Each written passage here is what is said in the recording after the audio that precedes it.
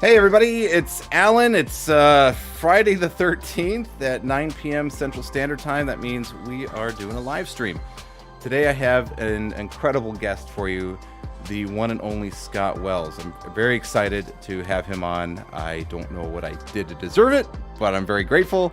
And I'm just gonna bring him on. Guy's awesome. Here you go. And there you go. Scott, hey, welcome Alan. to the Magic Minute. Thank you for being here. Thank you, my son. I feel like the old wizard here, you know. You can pay me the $20 later. It's just give me some of that Cheers to Belvini. you. Cheers. This is iced tea, by the way.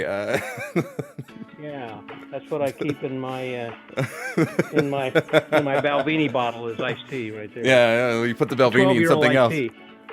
Well, that's what I would do. I mean, that's a magician thinking, though, right? You Yeah, put the 12-year-old iced tea. you put the iced tea in the good bottles. People drink that, and then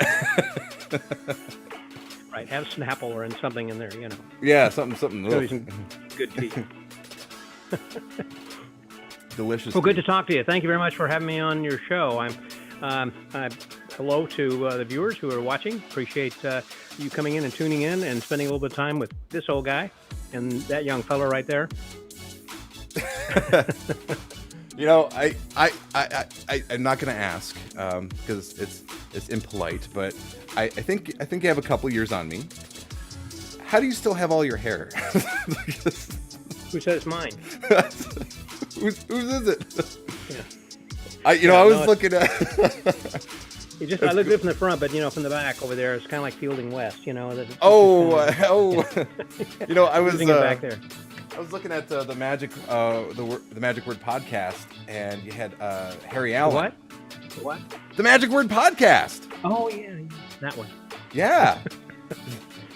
If y'all don't know, the Magic Word podcast is Scott's podcast, and it's incredible. It's made for magicians, and it's got you're at like what 629, 630 episodes now. Let me say, I know why you're actually having me on here, because unknown to you, but in the general cosmos, things just happen to be aligned, because on August the 11th, just a couple of days ago, was the 10th anniversary of this podcast. So my first one that I put out on August the 11th of 2011. And here we are on August the 13th, Friday the 13th, of 2021. So here we are 10 years later. And yes, I've got 629 episodes that are out there right now. That's amazing. If you name them, I've probably talked to them. Well, I came across an interview that you had with Harry Allen. Mm-hmm. And I thought it would be funny to put a picture of him and I together and have Harry Allen and Bald Allen and put them together. Oh, that's funny. That's funny. You've been thinking about that one all day. I haven't, and I was cracking myself up with it all day too. I even called my wife in the room and was like, "Honey, come here." Yeah. I'm gonna show you. I don't even care. I'm gonna do it because I had. I've been working on the video so I got that picture of Harry. Yeah. Okay. And then I took a picture of myself trying to emulate his There you go. So I could put us next to each other. So. Oh yeah, so you kind of green screen that behind you, so it looked like. Oh yeah, and his shirt's green, so that's ooh. Yeah. Transparent iPad.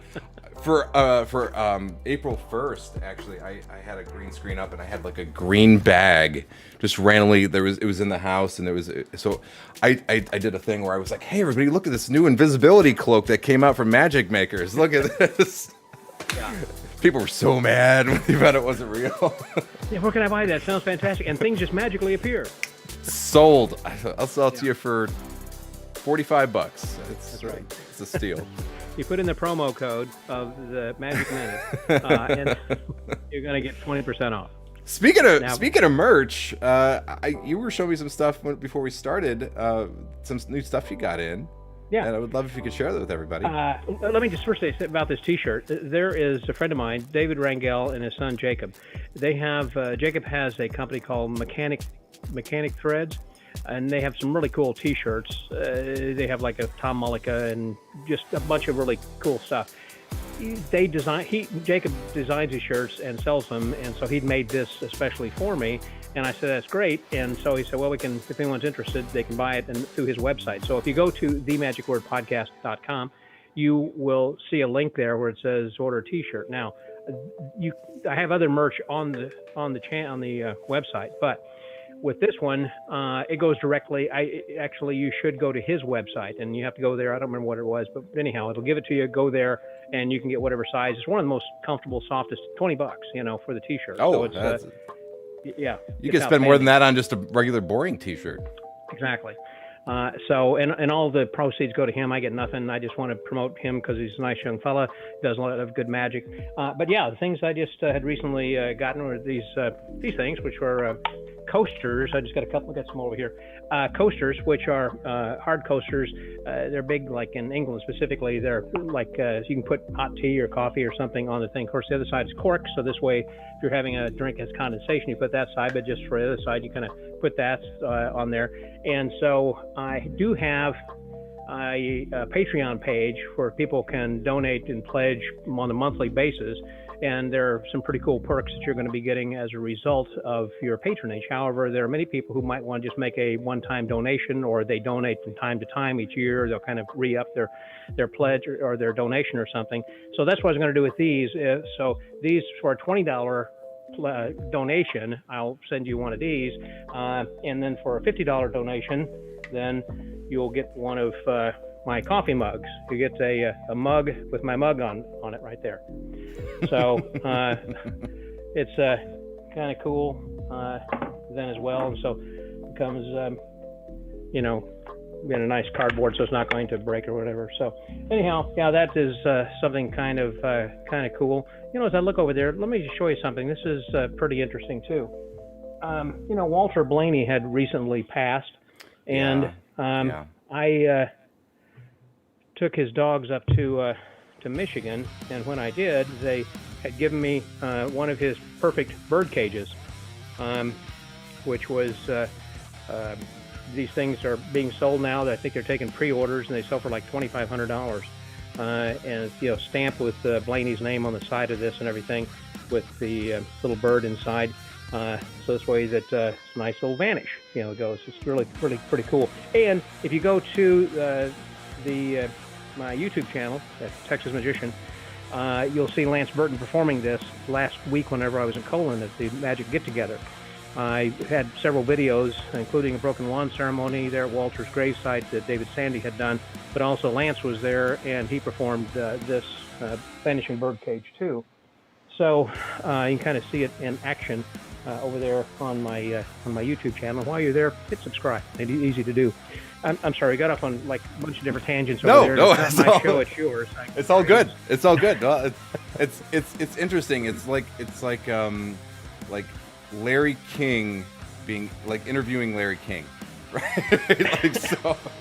I have been likened to that, more like Larry King than other type of people, because let me point out, for those who haven't listened to the Magic Word podcast, this is really just what I would call conversations with conjurers. I have no agenda. I have no outline. I have no notes or anything.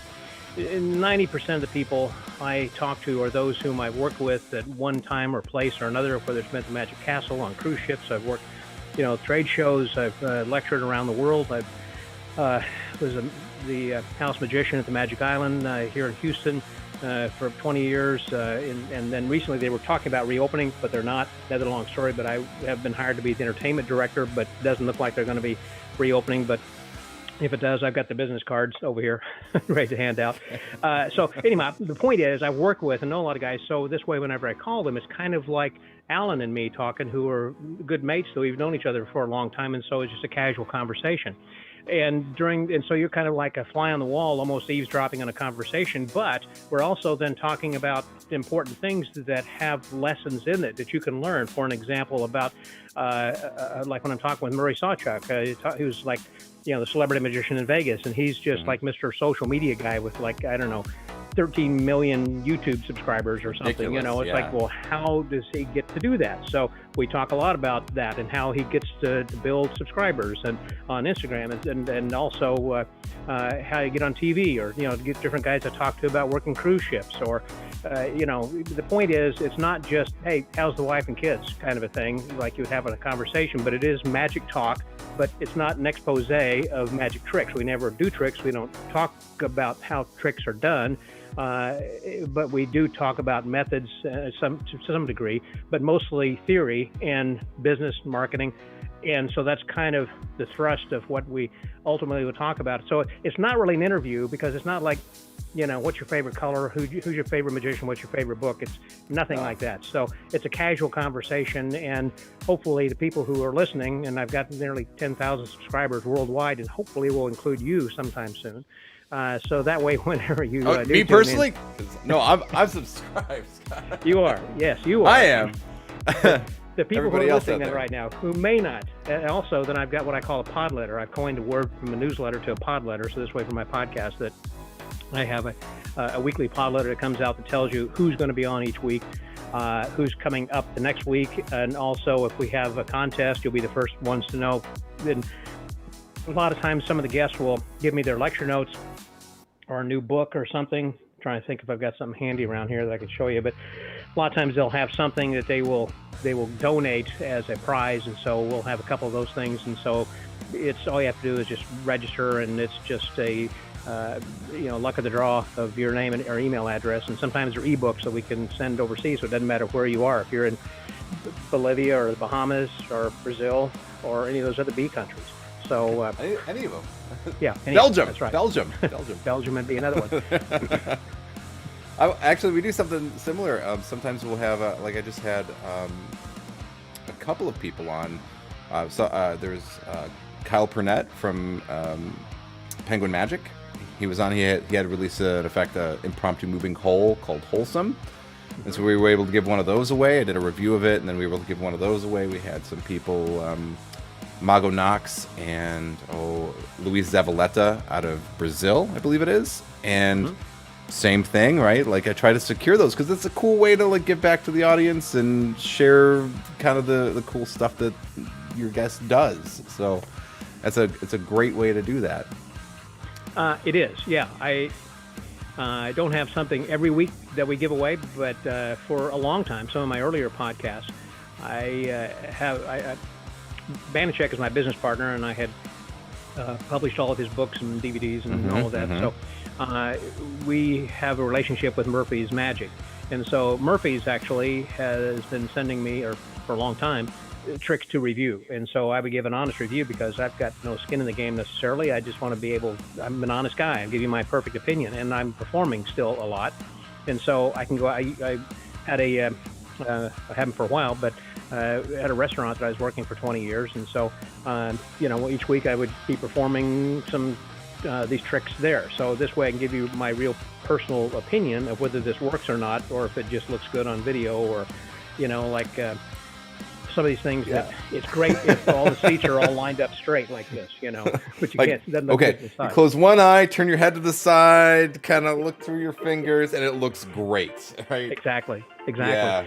But there are a lot of really good ideas, but also there's a lot of crap out there, and it doesn't matter. If you keep throwing things up against the wall, some are going to stick and some aren't, but that's part of creativity, and I encourage any and everybody, of course, to go out and be creative and try to not only create tricks, but also work on your own presentation. When you buy something, throw away, after you got the instructions, throw away the pattern and work on your own stuff, So this way that's going to be you, because there's no one who can be you but you. There are a lot of people who are Mac King or Lance Burton wannabes or whomever, Chris Rollins or, been trained. So many different guys, who want to be those guys because they're successful. I want to be like that guy, Right. No one can be as successful except them being them. Same way you can't be successful unless you are you, So I always encourage people then to do that, to be yourself and not steal other people's babies also. I remember being in a comedy club long before Mac King was ever in Vegas, and I saw some guy in the front row with a notepad, and he was jotting down, and Mac walked over and said, "What are you doing? You're stealing my babies." These are things that he has born, given birth to, and works on little at a time overnight, and all these little things that are nuances. And I remember talking to Roger Klaus many years ago. I'm naming names that young people are going, who's this guy? You're name dropping is what you do. But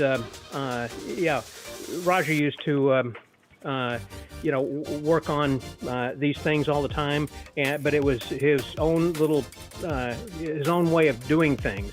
Anyhow, I'm just saying to do that. And my other piece of advice I always like to give young people, or everybody in general, basically, it doesn't matter their age, to make sure that you're going to be having a plan.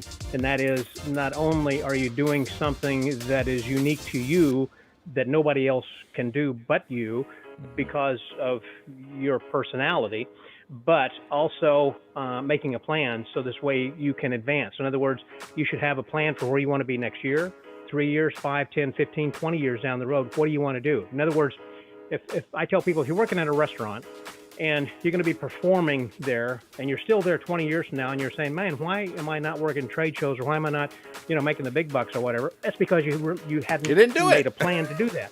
If your plan was still to be in that same restaurant 20 years from now, that's fine then too. It's great.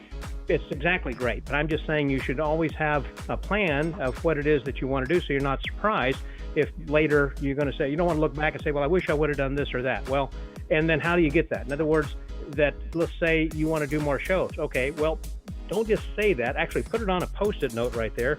Write that on that Post-it note. Take that off. Put it over there on your mirror so you see it every day. And it's going to say, book 6 shows this month. Next month, I'm going to book 10 shows. And if you've only gotten 4 or 5 shows this month, you better hustle. Reevaluate what you're doing or not doing in order to get those shows. Yep. And then next month, the point is, if you have a goal, you're more likely to succeed faster if you are working towards those goals than if you have no goals whatsoever. Yeah. Because at the end of the year, you may say, well, I'm back, I haven't done anything for this whole year. I mean, there are some guys here in my hometown, Houston, who are good magicians, but they're not as successful as I think they can be, because it's not that they haven't chosen to make plans, it's just they are not making plans. They're just kind of bumping along. Yeah. And that's fine, but no, it's not fine. You need to do something. But I'm sorry, I'm starting off on a lecture. No, this is really good information. This is exactly, because here's the thing, is that I spent the first 5 or 6 years kind of just going, well, I'll get a restaurant, right? And that'll be a good way to market, and I'll get a weekly, paycheck from that or whatever. This is when I was first starting out, right? But I was doing the same thing for 5 years, and I went, yeah, I'm not happy. This is not what I want to be doing. I want to be traveling. I want to be doing shows around the country. I want to be a national, I want to do conferences. I want to do sales meetings and award banquets. And I had no idea, but I knew I wanted to do it. So there's this, what's his name? I can't remember. He was a news anchor in Michigan, but he used to have this thing where he would talk about be like the squirrel. You would have, if you try to accomplish everything at once, you're not going to, right? But if you break it down into small bite-sized pieces every day, an acorn at a time, as he would say. Yeah, it's like eating an elephant. How do you eat an elephant? Is one bite at a time. Bite at a time, and you will get there faster than you think, because you have a roadmap. Is that the guy, Paul Emmerich? I think it very well could be. He was a television. He just died recently. I don't know if it's the same guy you're thinking of. But anyhow, no, you're right. And a lot of times things are seem like they're gargantuan at first, and trying to get a lot of people or subscribers on YouTube, it takes some time. Again, if you go back and listen to some of the episodes I had done with Murray Sawchuk, similarly, he is had said in the early days of YouTube, everyone didn't know no one knew really what it was, and they really weren't going and looking at that, and so you just kind of throw things up there. I mean, I've been on YouTube for 12 years, maybe, or so, and so I've got a lot of material out there that have got, I don't know, a couple thousands of views early on. I'm not getting as many now because there are more people. I mean, what is it, Alan? I would imagine there are probably new videos going up every 2.5 seconds or something on YouTube. I mean, around the world. Is amazing. There is, I couldn't tell you the exact, but it's something ridiculous. There's something it is ridiculous. 500 hours of video being uploaded every minute. Yeah. It's insane. And I've been working but at it don't for... be discouraged. No. They have a plan. Jump in there. Yeah. It's part of the plan. And it's not a sink or swim. I mean, it's just, getting in the ocean with everybody else. You're gonna float if you're not swimming, and and then eventually you're gonna learn to paddle and start swimming eventually. And is it a race? If so, it's a being there for the long run, not just to be a flash in the pan. To try to get your 15 minutes. It's famous, Andy Warhol. Something I want to talk to you about too.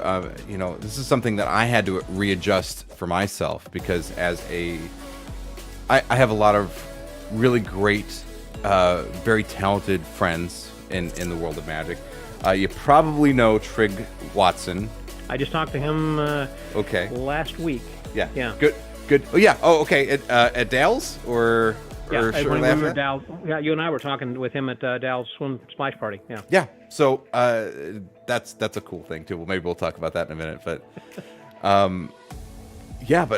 he is extremely driven, extremely talented, and just an incredible, just powerhouse. And I'm in awe of him. I think he's just amazing. That the endless amount of energy he just seems to have. And I used to feel a little bit jealous, and I'll put that out there, right? Like, I used to feel like, oh man, why am I not on this, or why am I not doing this, or what? It's like, well, I had to reassess, like, were those actually even my goals? Were those things that I actually even wanted to do? It was cool that he was doing them, and yeah, it would be great if it happened to me, but I wasn't going after those things. And so I had to remind myself of what my goals were, and that the only person I was in competition with is myself. And so if I didn't accomplish my goals by the time I wanted to, that was my thing. But it should be always just celebratory for everybody else. It's like, so what if everybody has their own path, everybody's going to do different things. You do what you need to do. And you should be happy and celebrate other people's successes. Absolutely. And if they get the show instead of you you wallowing in that and saying, well, I'm sorry, I didn't get it. What's that guy doing? Like a lot of people saying, how come David Blaine's got a TV special? I'm better than he is. I mean, he's just doing, street magic with a thumb tip and an invisible deck or something, when he first got started. Well, because he went after it.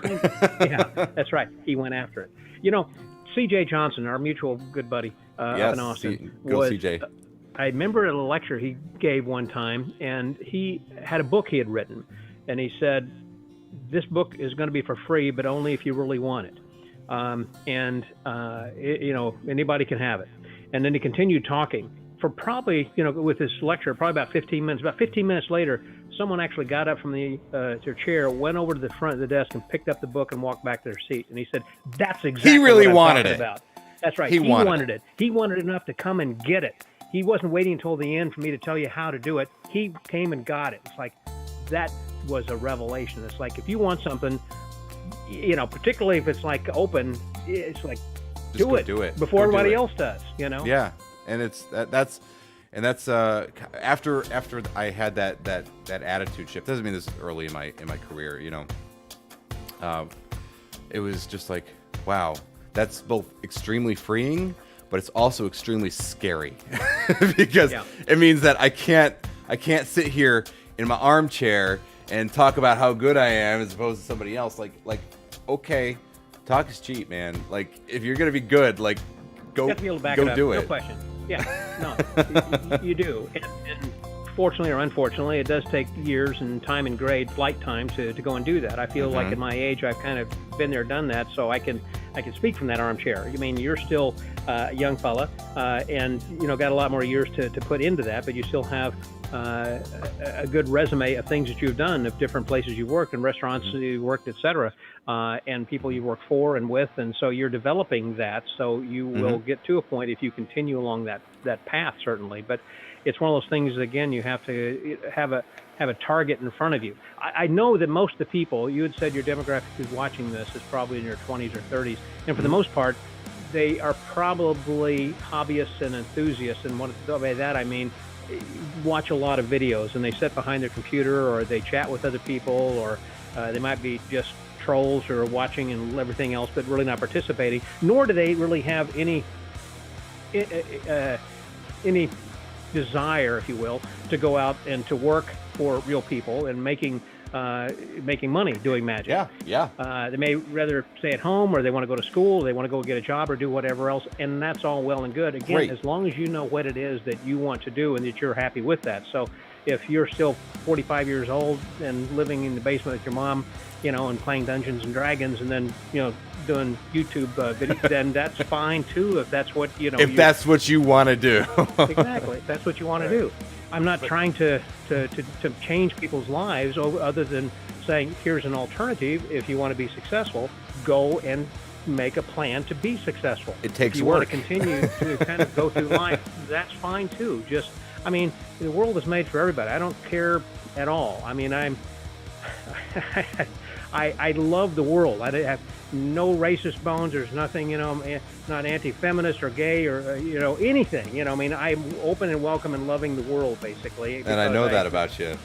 Thank you. I appreciate everyone's differences, and I revel in that, and I'm glad they do, and I'm glad that all the listeners and viewers do on this too. I'm just saying, if you want to do more than just showing a couple of cool card tricks or something you just got from Penguin to your buddies when you're out on the street or at the bar or something, that's fine too. But if they might say, hey, that is kind of cool, come over here and see Jonathan, he's got this really cool trick I want to show you. He wants to show you because you just got this newest, or you just learned his newest move or something, from the Buck twins or something. So is that dated? I don't know. The Buck twins still doing much?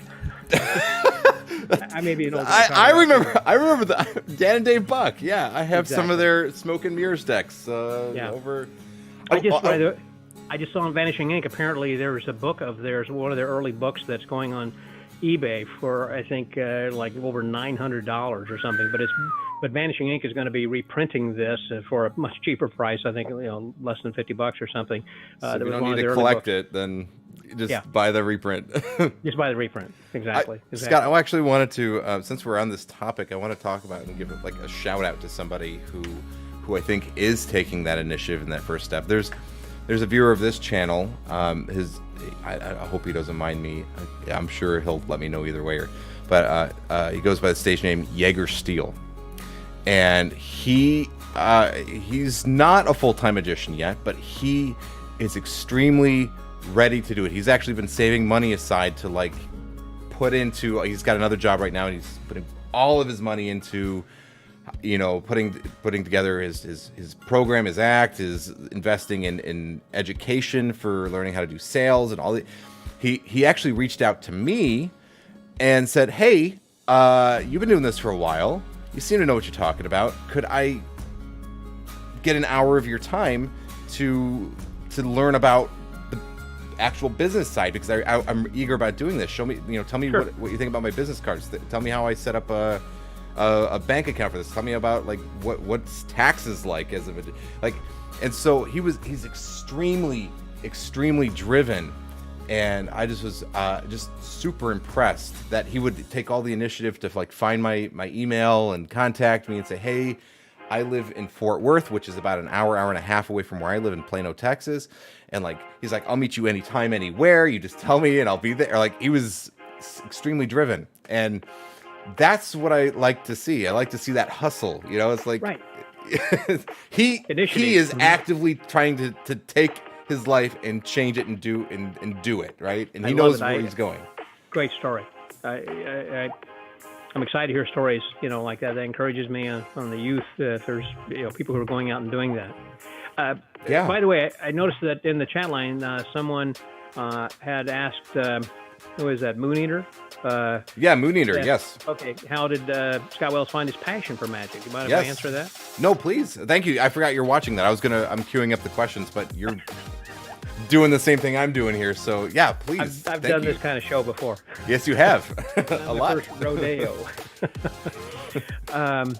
So I got started actually when I was about 8 years old. Most people say they've got a similar story when they were kids. Mm-hmm. My mom and dad I lived in Southern Illinois, and they'd come back from St. Louis, and they brought me this little magic kit, and I showed all the kids in the neighborhood, charged them a nickel a piece. It was a Sneaky Pete magic show. I've got it back over in my bookcase behind me.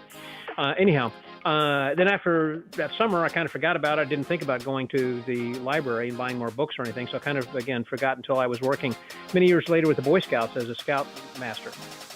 And there was another scoutmaster in another nearby town who had shown me a rope trick. And I thought, that's kind of cool.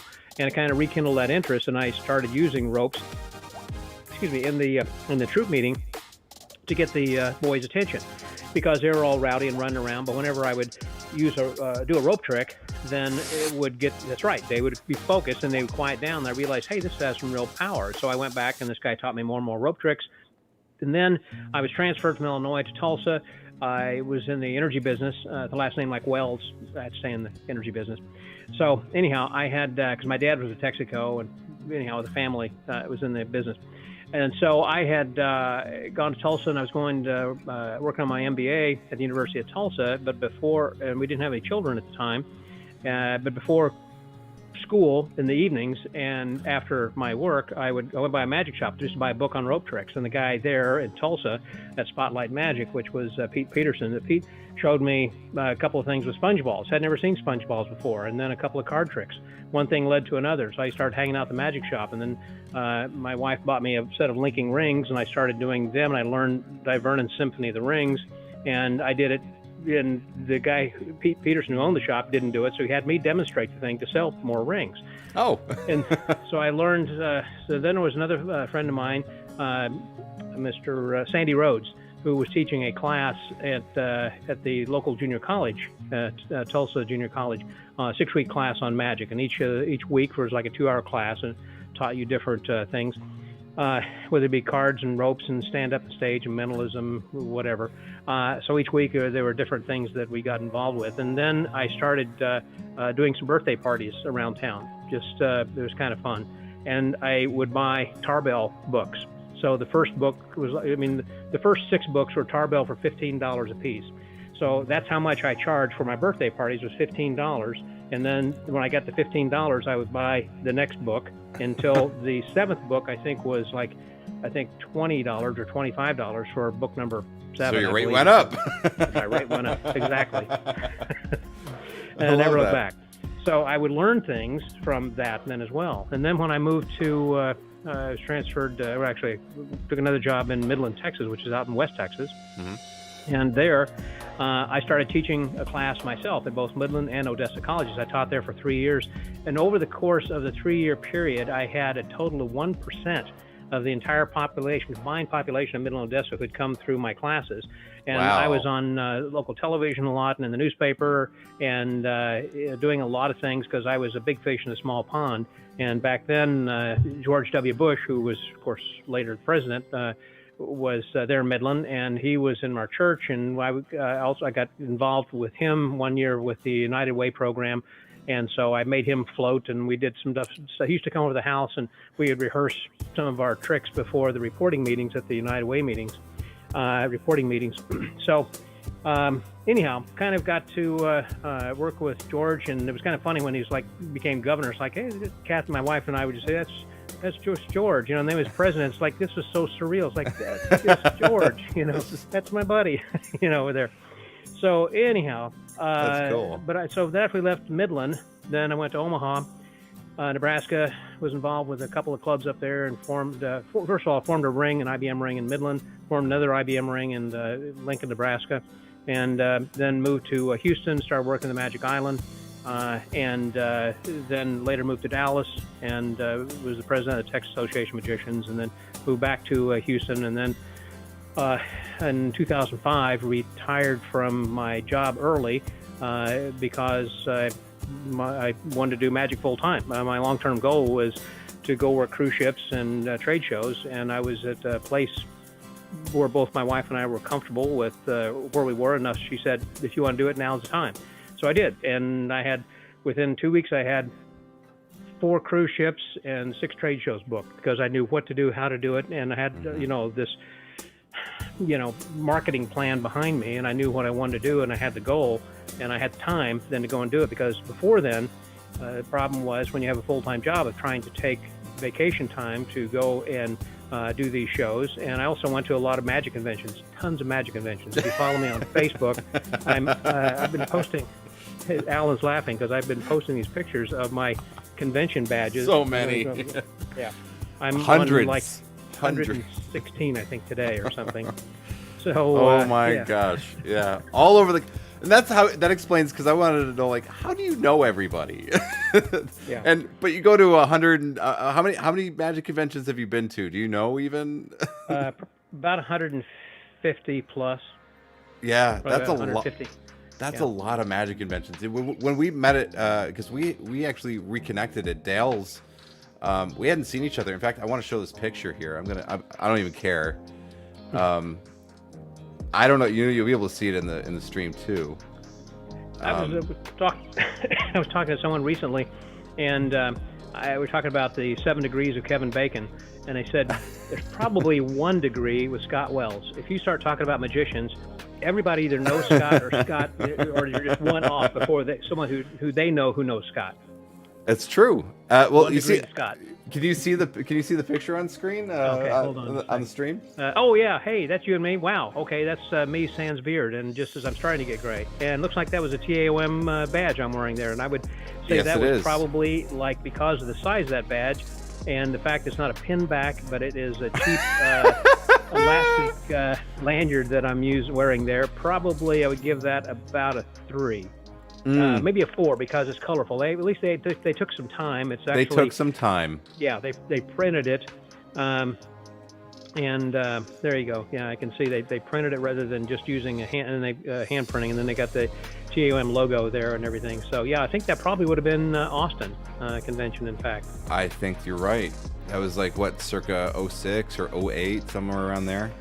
Somewhere around there. I started again posting my daily convention reviews, which is another cool thing. If you start following the podcast, the Magic Word podcast, whenever, like this last week, I was in Colon, Michigan for the 84th Abbott's Get Together.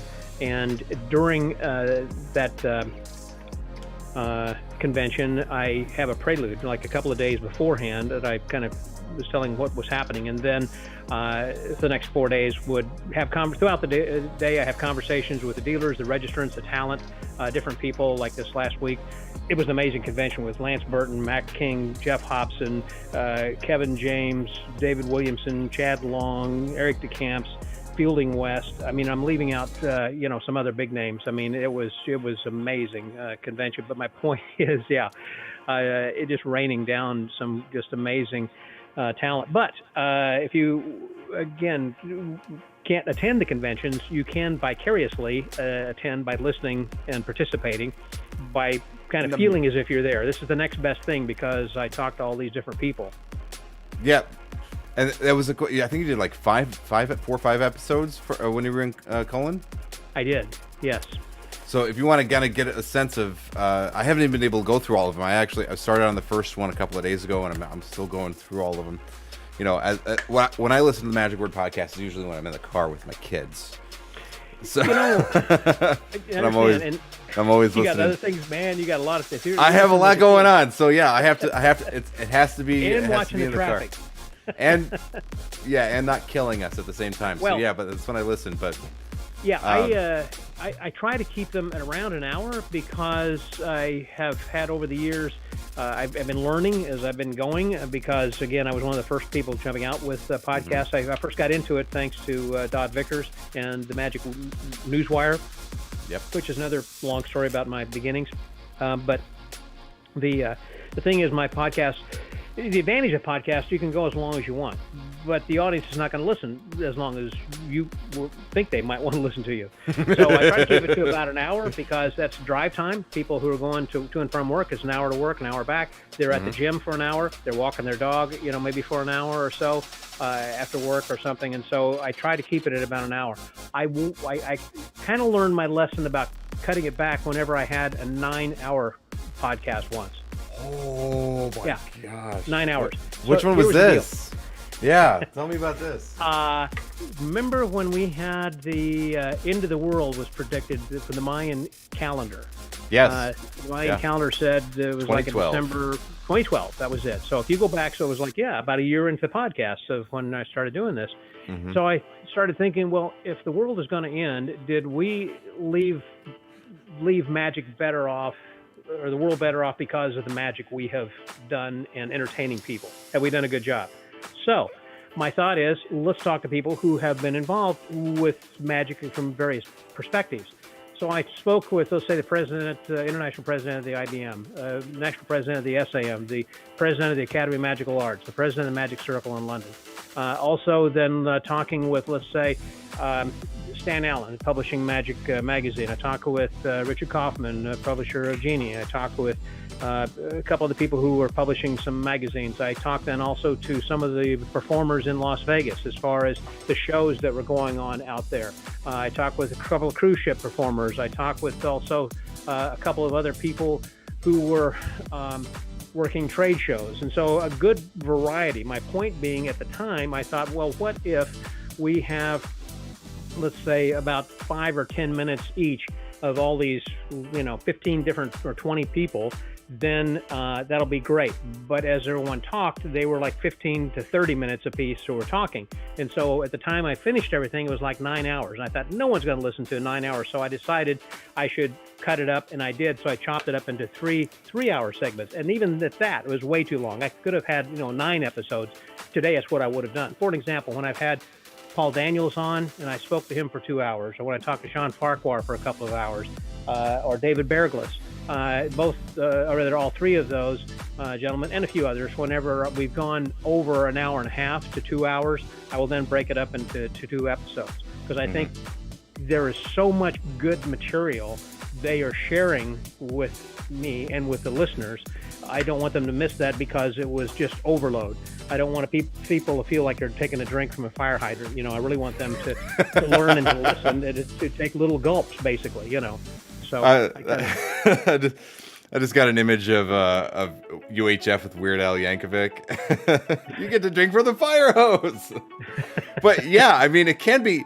The thing is that I think I take a very similar approach. I try to have a couple of questions just in case there is a lull in conversation or something, or there's a you want to keep it going or whatever. But I don't feel like I have to do that with you actually at all, because we've known each other for a long time. Exactly. I'll tell you a quick story. I was being interviewed for a job, and it was one of these things in which the guy who had told me about the job, who worked for the company, said, "Hey, we need somebody. You're the right guy. I want you to come. It'd be great if you work. I'll tell my boss." I talked to him, and the boss said, "Yeah, you're great." Have you talked to a couple other people? And they said, and I knew them, and I was in. And he said, "However, we need to make sure that everyone is a team player and we're equipped kind of together, so we're on the same page. So you're going to need to take a psychological evaluation." Which meant I was going to have to go talk to a psychologist. So they made an appointment, and I went to talk to this guy, and remember taking a test, and there was all these different questions, like how many pounds of lima beans were in 1932, and it gives you, it's whatever. And so people exactly. I mean, they're questions that, you're not, even the guy on Jeopardy right now who's got like $500,000 is not going to answer that question, So the thing is, it's not the test of your knowledge so much as it is how you take the test. In other words, I was just blowing through it, and some of them are right and some are not. Some people will take a lot of time and just answer a few of them that they know are going to be right. And so I'm the kind of person that makes a decision and moves on. Some other people will toil over their decision. And depending upon the type of company and who they will want this person or another. But then also, after I finished with that, then he said, "Well, I'd like to talk to you just about your life." And he said, "I'm really interested about magicians because I don't get to talk to a lot of magicians. And what was it that got you interested in magic? Do you like to fool people or con people, or, what is it that got you into it?" It's like, well, I've always loved advertising. And that was what I really wanted to get into, I was an advertising major in college, School of Communications, with a minor in radio and television. So I wanted to write, direct, and produce TV commercials. Mm-hmm. So the thing is, I thought, well, I can get involved in that. But, that really didn't work out. So I said, but I'm going to be, I've got a flight with my job I currently have, they're going to be flying out tonight like at 4 or 5 o'clock. So I've only got a couple of hours. I said, right now that I can talk to you. And he said, well, if you feel comfortable about talking about yourself rather than me asking you questions, he said, take off. And so just like right now, I haven't shut up. And like after about another hour later, the guy, so I said, so you have any questions? He said, nope, you've answered everything I probably would have asked you anyhow. I said, you can go. And I got the job. I got the job. It's like, you're an A-type personality. You're an alpha guy, so that's what this company wanted. So yeah. Oh, my goodness. I have to tell you. I'll take a breath. See, most of my iced tea is gone. No, you're. See, the thing is, you have quite a few more podcasts or interviews behind you than I do, and so you've got the gift, and I think you would have been amazing in radio and television. Well, thank you. I've had some people who have said that. It's like, well, where were you when you were in a position to hire me to do that? I would love to. Yeah, no kidding, right? Yeah, where were you in high school? That's the thing I get. It's like, oh, you're amazing. Yeah. Where were you in high school? I was getting picked on all the time. Well, I have no regrets. Regrets, I've had a few, but then again, too few to remember, to mention. So, yeah, Frank Sinatra's one of my favorites. I have to tell you. Yeah. Well, about it, what's cool for me, because I think the first time I was introduced to you, and please don't take this in. I'm not trying to date you or anything, okay? I'm happily married. I'm not dating anymore. This isn't Tender. This isn't the Tender podcast, is it? No. it's the friendship podcast, but not the overly tender one. Okay. But my first introduction to you was probably with the Psy series from Banachek. Mm-hmm. Yeah. I think that was the first time that I had been introduced to you as a person and got to know a little bit about you. And what always and kind of like the headspace that you occupy for me is one of just a very an excellent orator. You have this presence that you carry, and this assuredness, and this rhythm to your voice and the way that you speak, and it's just hypnotic. And a vocabulary. But I think that was the first time I don't want to tell you like how old I was, because I don't want to do that. But it was early in my magic career, so it was very influential for me to see that. And I was actually, I think, more interested. And I know you know Banachek. I love Banachek. Okay. But I think I was more interested in your presentation and the way that you interviewed him and talked to him than I was really in what Banachek had to say, even though it was his video series. Mm-hmm. And so I feel bad saying that, but there was. No, I know what you're saying, because after he had taught these things at the end of each of the videos, we said, well, the way it was edited together, we had sat down and I asked him questions like you would if you were in a lecture, the kind of questions that you would. I wasn't trying to be a sycophant or anything. I was actually trying to feel as if you were sitting there, this is what you would ask. So I was trying to not be too much like a neophyte. I wanted to feel like people would know that I'm asking good questions, but again, the kind that they would ask as well. But and to make it interesting. And that's exactly what I got from that. Like I was sitting there going, okay, yeah, but what about this? And then you would say it. And I was like, oh, okay, great. So it was cool. You were like kind of doing your own mentalist routine in the process, reading my mind about what I wanted to know. What you wanted to know. Yeah, and that's an amazing skill and talent that you have. So I think. Well, there was another one that he did with Jerry McCambridge, and Jerry was asking questions also. And if you compare his Q&A with my Q&A, I'll just say they're different. They're styles. different. Going back when I mentioned Vickers earlier in his Magic Newswire, when I was with him, we had a Sunday night show, and we would get people on his show, on his podcast, to talk like Johnny Thompson and Matt King and other people. But the cool thing is, Dodd was kind of like the Maudiate writer, or the person again who was the host and putting this thing together. But he had others of us. There was David Kay, Silly Billy, There was Cameron Ramsey, who was a young fella at the time. He was in his early 20s, I think. And then there was another fella in Arkansas, and his name escapes me, but he was an illusionist, and then myself. And I come from the standpoint of asking historical questions and, other questions that might be more intellectual of what they might want to know. So each of us had a different aspect or approach to asking questions to the guests. And a lot of times other people were joking, but I would always bring it back to something serious. And people say, I always like whenever Scott was always asking questions, because he kind of refocused everybody after they'd kind of gone off on tangents to kind of really what we really wanted to know. Right. And ultimately, I was again starting to submit all these podcast updates of conventions, daily reports to Dodd, and he was reporting or rather broadcasting a few of those. But then ultimately it said, why don't you get your own podcast? Because I don't want the New Magic Newswire to be known as the convention podcast. And I said, understand. So he kind of kicked me out of the nest, and that's kind of how I got started with my own podcast. It's kind of like after I learned how to fly, it's like, I love this. This is great. So I'm gonna do that. Yeah, I'm gonna do it. Exactly. That's cool. So I want to ask you too about something we touched about a little bit earlier, and this might be, for me, there's a personal interest, but I'm sure it would be helpful for a lot of other people as well. When you were talking about whenever you decided, hey, I'm just gonna be a magician full time, and you had you booked your cruise ships and your trade shows and all that kind of stuff. How did you come to that? Because I think that there's, and especially with who I was talking about earlier, Mr. Steele, who had come to me, asked me about certain things about how to get started and things. There's not a lot of really good information about how to do these things, or they're behind exorbitant paywalls which, to be fair, are, I think, sometimes absolutely worth it. For instance, there's a gentleman by the name of Harrison Carroll. I don't know if you know him.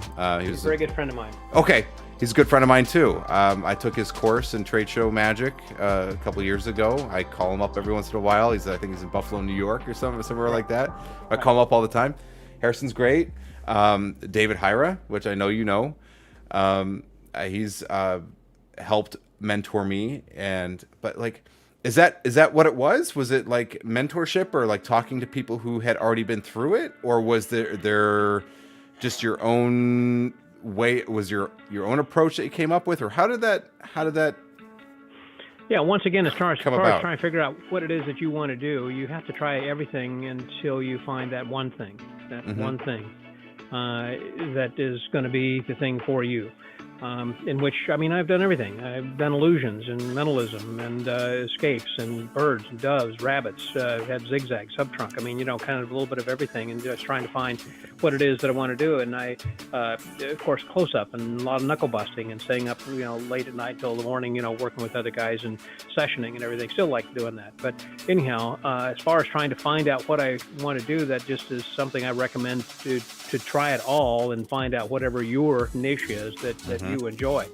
As to what I wanted to do, I knew again that my long-term goal was, as I was continuing to work in the energy business, I decided, well, when I'm 55, I want to go work cruise ships, and that was it. I said that for 20 years. I always thought that'd be great to do.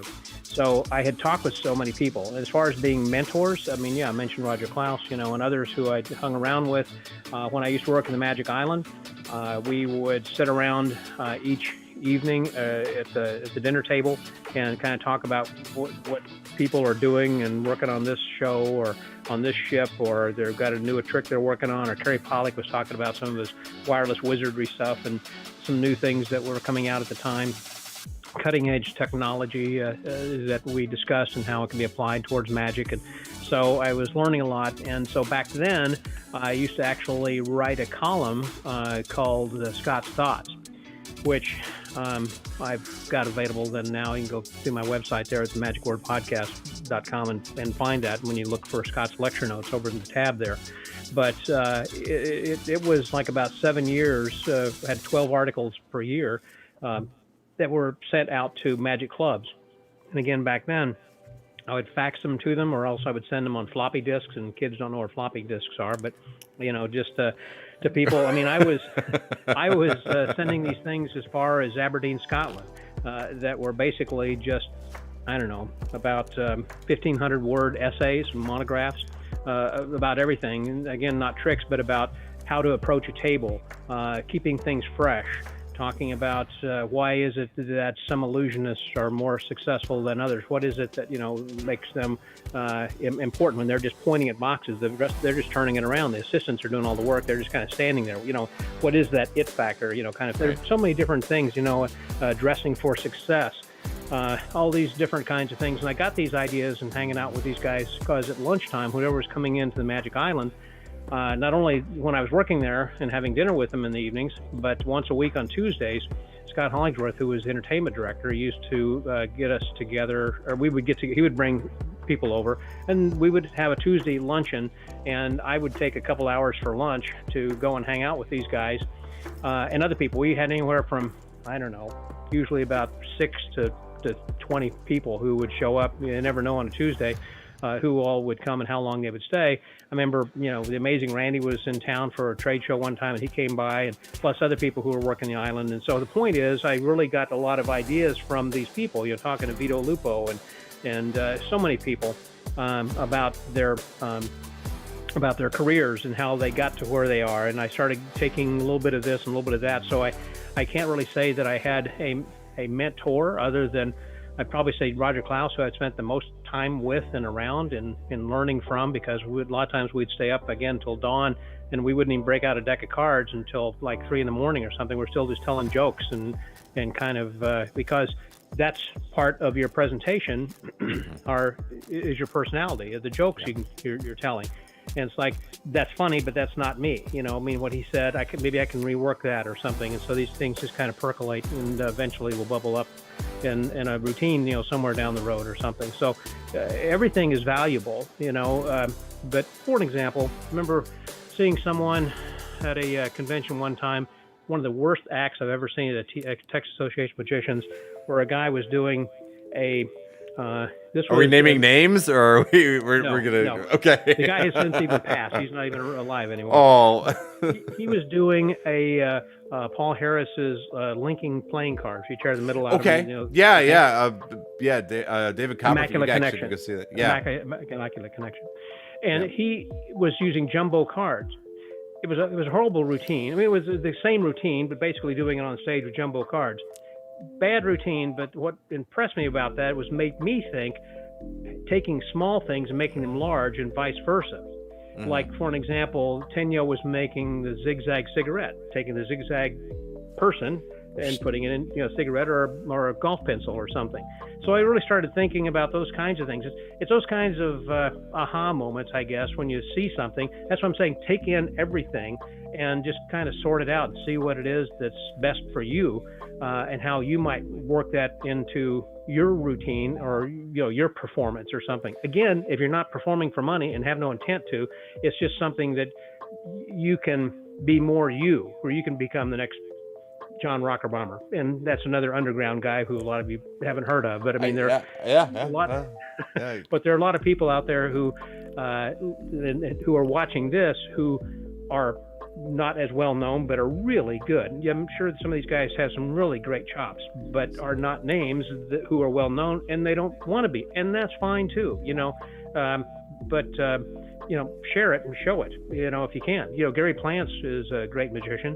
And it wasn't until just a few years ago we started working for the public and realized, hey, I kind of like this. And so he started working cruise ships, and now he's retired, and he's, now above ground. He's now no longer underground. Everybody knows who he is, Well, I think what you said there reminds me very much of what William Faulkner used to say.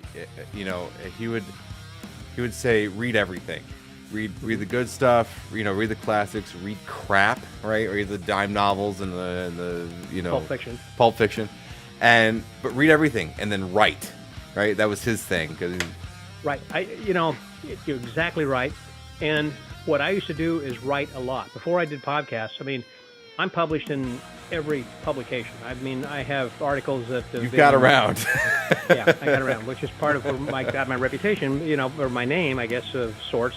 because I was publishing everything, and even things where it's not magic related, in some art books and juggling books and different things like that, because of some ancillary types of articles I wrote that had some tangential information to magic, but led more towards whatever it was I was writing about, or recipes and recipe books, or I was in Bon Appetit and magazine and some other thing. Anyhow, so the point is, read everything, write everything, and the best way to be a good writer is to write. The best way to be a good magician is to magish, is just to go out and have some flight time, do it.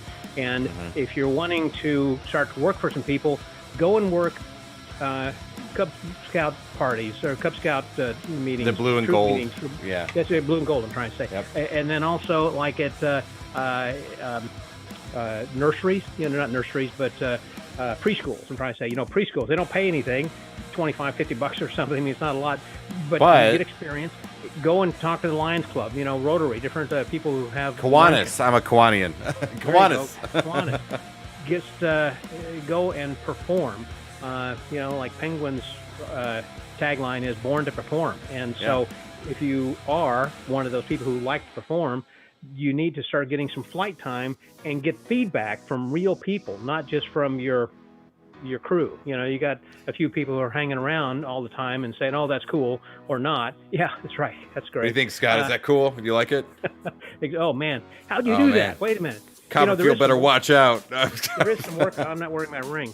But Paul Gertner had shown me a cool thing where you put your ring on your thumb, like that. So this way, whenever that you, the ring is over here on your thumb to begin with. So whenever you're pulling that off, you pull the ring off and stick it on your other thumb. So this way, then you have the thumb there. So this way, whenever you now have it. You know what I'm saying? Can you get what I'm? Yeah. Yes. So I like that. You put the ring on there, but then as you start to put this, you take it off to stick it on your other thumb, sticking out that over here. So this way it looks like it's now, on the other thumb, but then when you go back, you put the ring back on your That's thumb. Nice. I like that. Do the this is my new wedding ring. I've lost my other one. Ooh. That's Justin Miller's. It's not mine. Okay. Gotta give credit where it's due. But yeah, man. I wanted to ask you something else too. I want to make sure I get to all the things I want to ask, because you had said something about... forget it. I'm not going to be able to get it. But I do want to ask you about something that somebody else asked here, which was, are there magic shops... This is something from a while back, but somebody asked, are there magic shops in the U.S.? The person reading this is in Japan. I know that for sure. Yes, there are magic shops in the U.S. There aren't many of them anymore, unfortunately. But there are, and you should go to them. Do you have? I want to ask you about this because funny brick and mortar shops. I recently had one of my virtual happy hours, and you can go back and watch these on the YouTube channel or on Facebook. And you need to, yeah. Yeah, thank you for Magic and Martini's virtual happy hour. And I had one night recently. I had Joe Pond from Misdirection's Magic Shop in San Francisco, and then in the Midwest I had Greg Border with Abbott's, and then down in Florida Harry Allen. And so. That's right. And so, not Bald Allen. So then it's funny because Joe Pond had sent me a t-shirt for free saying, hey, here's Misdirection's t-shirt. When I was coming back from Michigan this last week to Houston, I was wearing that shirt, and some guy stopped me and he said, hey, I'm going to be visiting my children. I'm back in Houston. And he said, is there a magic shop in Houston? Do you own a magic shop? And he thought maybe I owned this shop or something. And I said, no, this was a place out in San Francisco. But T-shirts do work, And so it's kind of funny, certainly. So there are not a lot of brick and mortar magic shops. That's another thing on the Magic Word podcast I do talk about from time to time. And I do talk with some brick and mortar guys and to find out what it is that, how are they keeping afloat, basically. And it seems like there are fewer and fewer of them. Yeah. So it's that's unfortunate as we have more and more online, and even when people go to magic shops here in the States, they will have their phone and they will, scan the barcode and they'll take a look and see if they can get it cheaper someplace else. Yeah. Well, something I want to talk about too on the topic of magic shops, and something that I try to cultivate that kind of.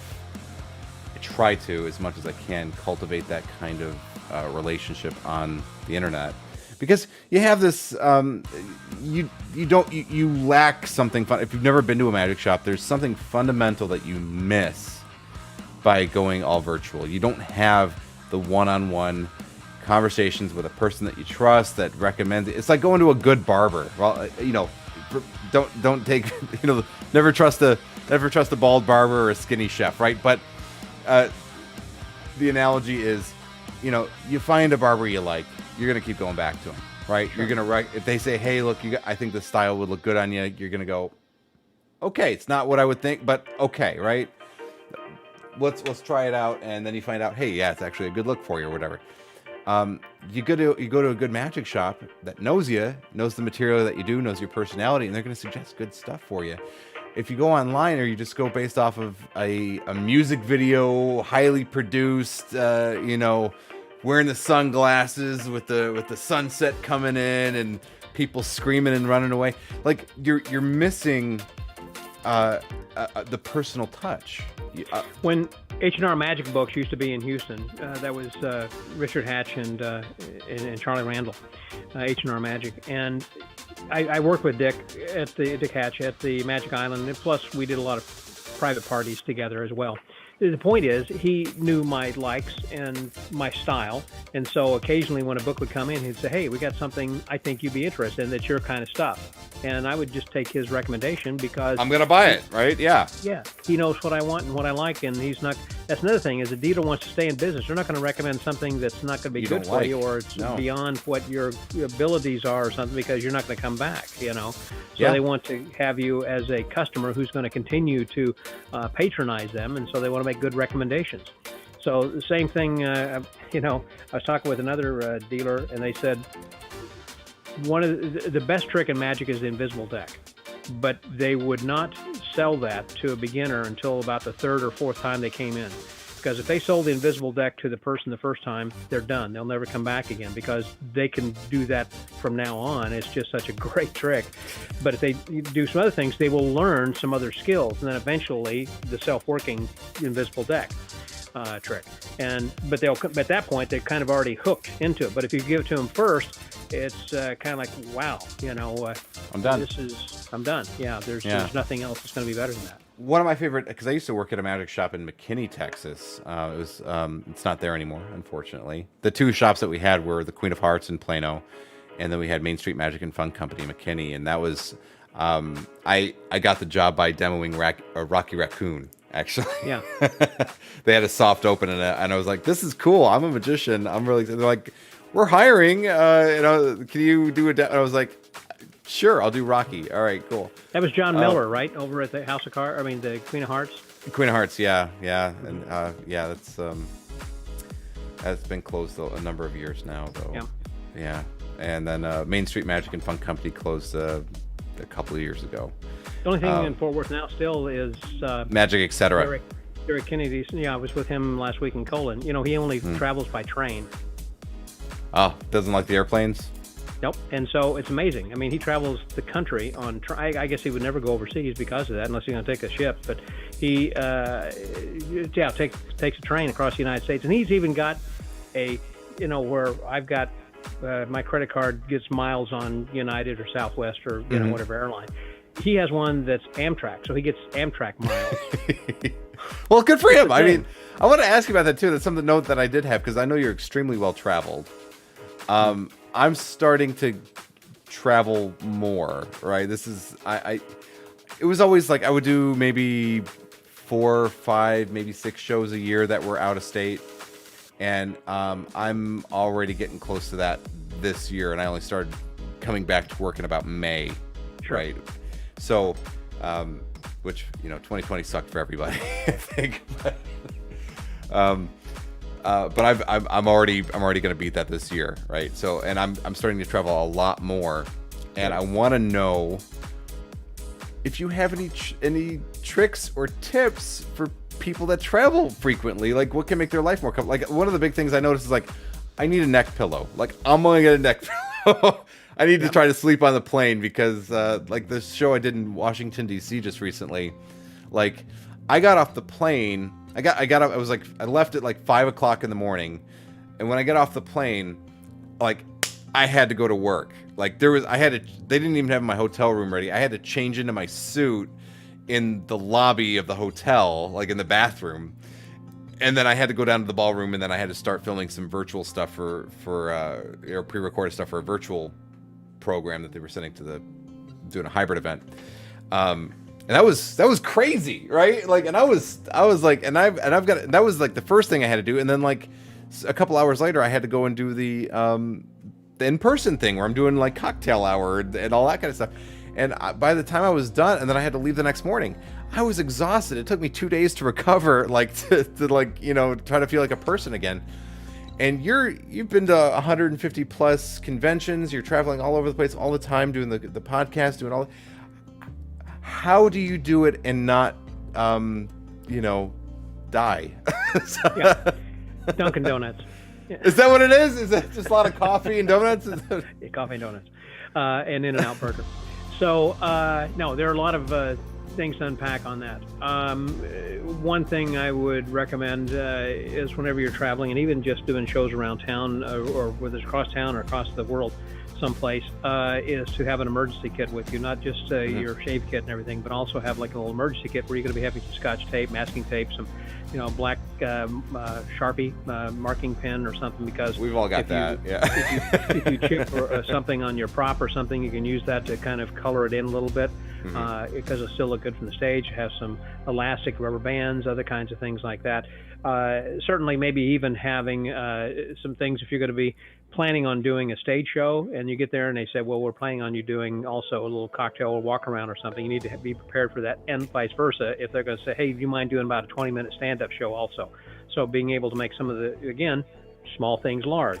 So that has to do also with a little bit of traveling, about how that you can travel flat, you know, play big.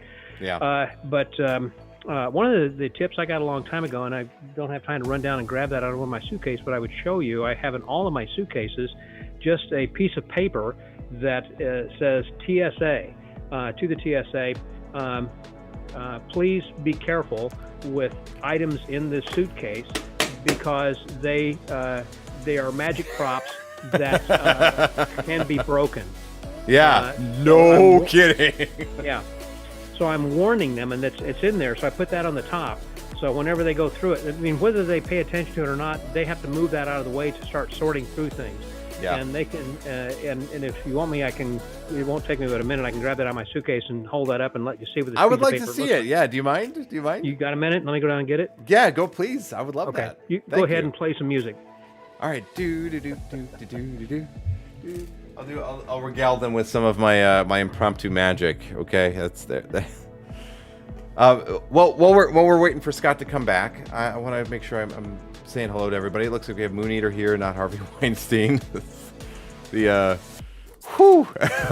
a screen name. Justin Two Cards, everybody's here. Thank you guys for coming out. This is it's really exciting. I'm glad to have you guys here. If you haven't, if you don't know about the Magic Word Podcast, go subscribe to it. He's got 629. Scott's got 629 episodes. He just passed his 10-year anniversary. If you can name a magician, he's interviewed him. It's an incredible resource for learning all kinds of things from not only Scott's perspective and his experience, but also from a lot of different perspectives and experience. All these other magicians that he's been able to speak to, and you get a very well-rounded idea of what the magic world is like. And welcome back, Scott.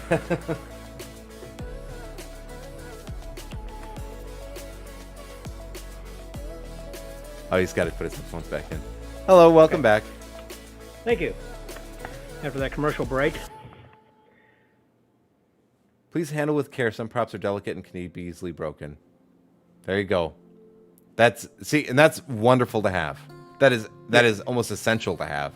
That is essential to have. What am I saying almost for? Yeah. Yeah. Whew. So it has my website on there, and the reason I wouldn't put my address on there is for multiple reasons.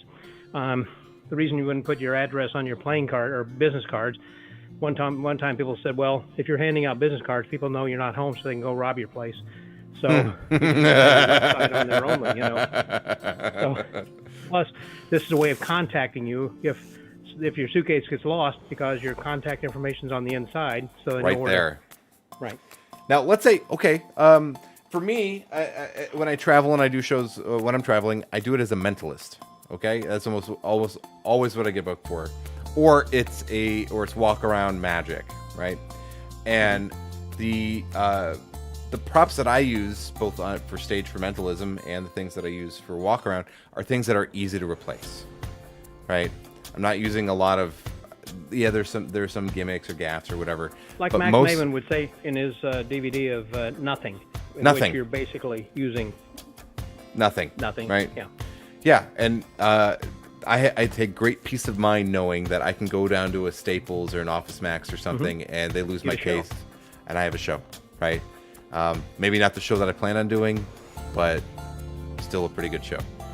And so, as a magician who travels and does, like, let's say you're doing silk to egg or something, and you lose your silks, your egg, your glass, your whatever. Like, what's your thing? Have you run into that before? Has your stuff been lost, and how do you deal with that?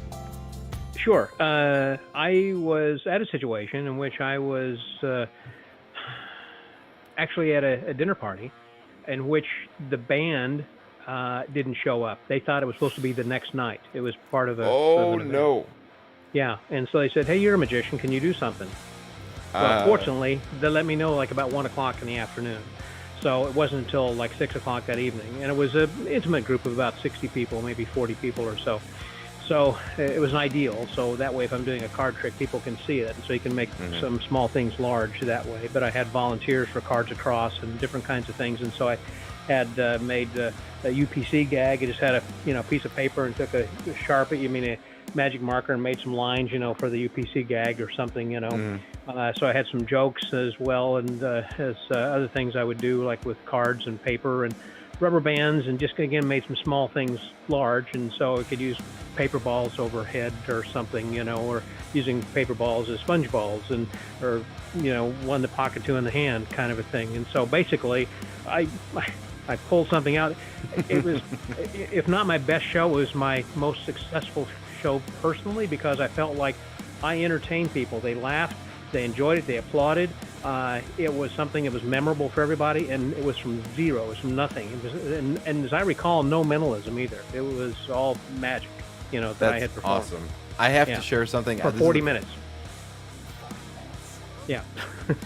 Reminds me, I remember seeing Giovanni Lavara. Giovanni told me one time, whose name, again, may not be familiar with young people, but he has gotten to be one of the top speakers, charged like $40,000 a piece, for his speaking engagements. But he is a great magician. And he told me many years ago, when he was married to his first wife, Chris, and he was saying, if we were on, he lived in Florida, if we were on the beach and just both in our swim trunks, and a helicopter came down, and the militia held you at gunpoint with a machine gun to your head and said, I want him to perform magic for a half hour and entertain me, or I'm going to kill her. He said, I want you to feel comfortable that you would live a very long and happy life, because I can still do that with nothing but sand and a swimsuit. It's like, wow, it really makes you think. Well, I want to show. This is the first time I've ever shared this publicly. Okay, Scott. You don't even know the story. You're going to get undressed? Well, no, please. I can do magic with my chest hair. Look, 3 of hearts. Was that your car? In fact, I might do that. That's not a bad idea. So, no, there was early in my magic career. I mean, like really, this was before I even decided I was going to go full time. There was an agency that doesn't exist anymore, that mostly represented musicians. Said, hey, we'll pay you $35 an hour, which is, by the way, like terrible money for for that. But it was like I was in college and I had like a 1996 Pontiac Grand Am that was falling apart, and the heater coil was blowing like misty smoke into the cabin every time I would turn on the car, and I had to start it with a golf club, and so like $35 was $35, right? Like I'm taking $35. But there was a time where I got booked for a show. I drove all the way out to, it was I don't know, it was probably like Midland or something. It was really far away for me. But I probably didn't even make any money on the show, but it was like, wow, I'm a magician, you know, I'm getting paid to do magic, you know. Probably paid more in gas to get there. But I got there and I opened my trunk up, ready to pull my stuff out, and I realized there's nothing in my trunk. I have nothing. Okay, great. So I'm supposed to be doing like a 30-minute stand-up show for an HOA in their clubhouse, and I got nothing. And so I was like, well, I'm here. I'll go do it. So like I walk in and I've got like 5 minutes before I'm supposed to be on. So I'm like grabbing everything they have from the clubhouse. I'm grabbing napkins. They had drinking straws there. But you know, I had just that stuff. They had an old deck of cards like wrapped in a rubber band that was all frayed and missing like, you know, 7 cards from it or whatever. Rewritten the number, or like one of the cards on a joker. And yeah, I did my 30 minutes. I borrowed a lot of stuff from the audience. I was familiar with Gregory Wilson's like Ashes on Palm, but like with the lipstick instead.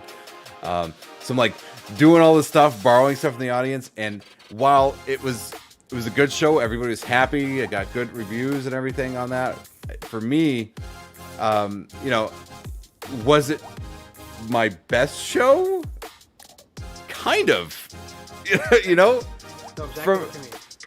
Because I was able to, and there's a virtuosity that you have to rely on. So that's why I like, you know, I just bought a book on silk magic. There's a Dover publication I got from Half Price Books, right? I always go through their magic section, pull out whatever I can.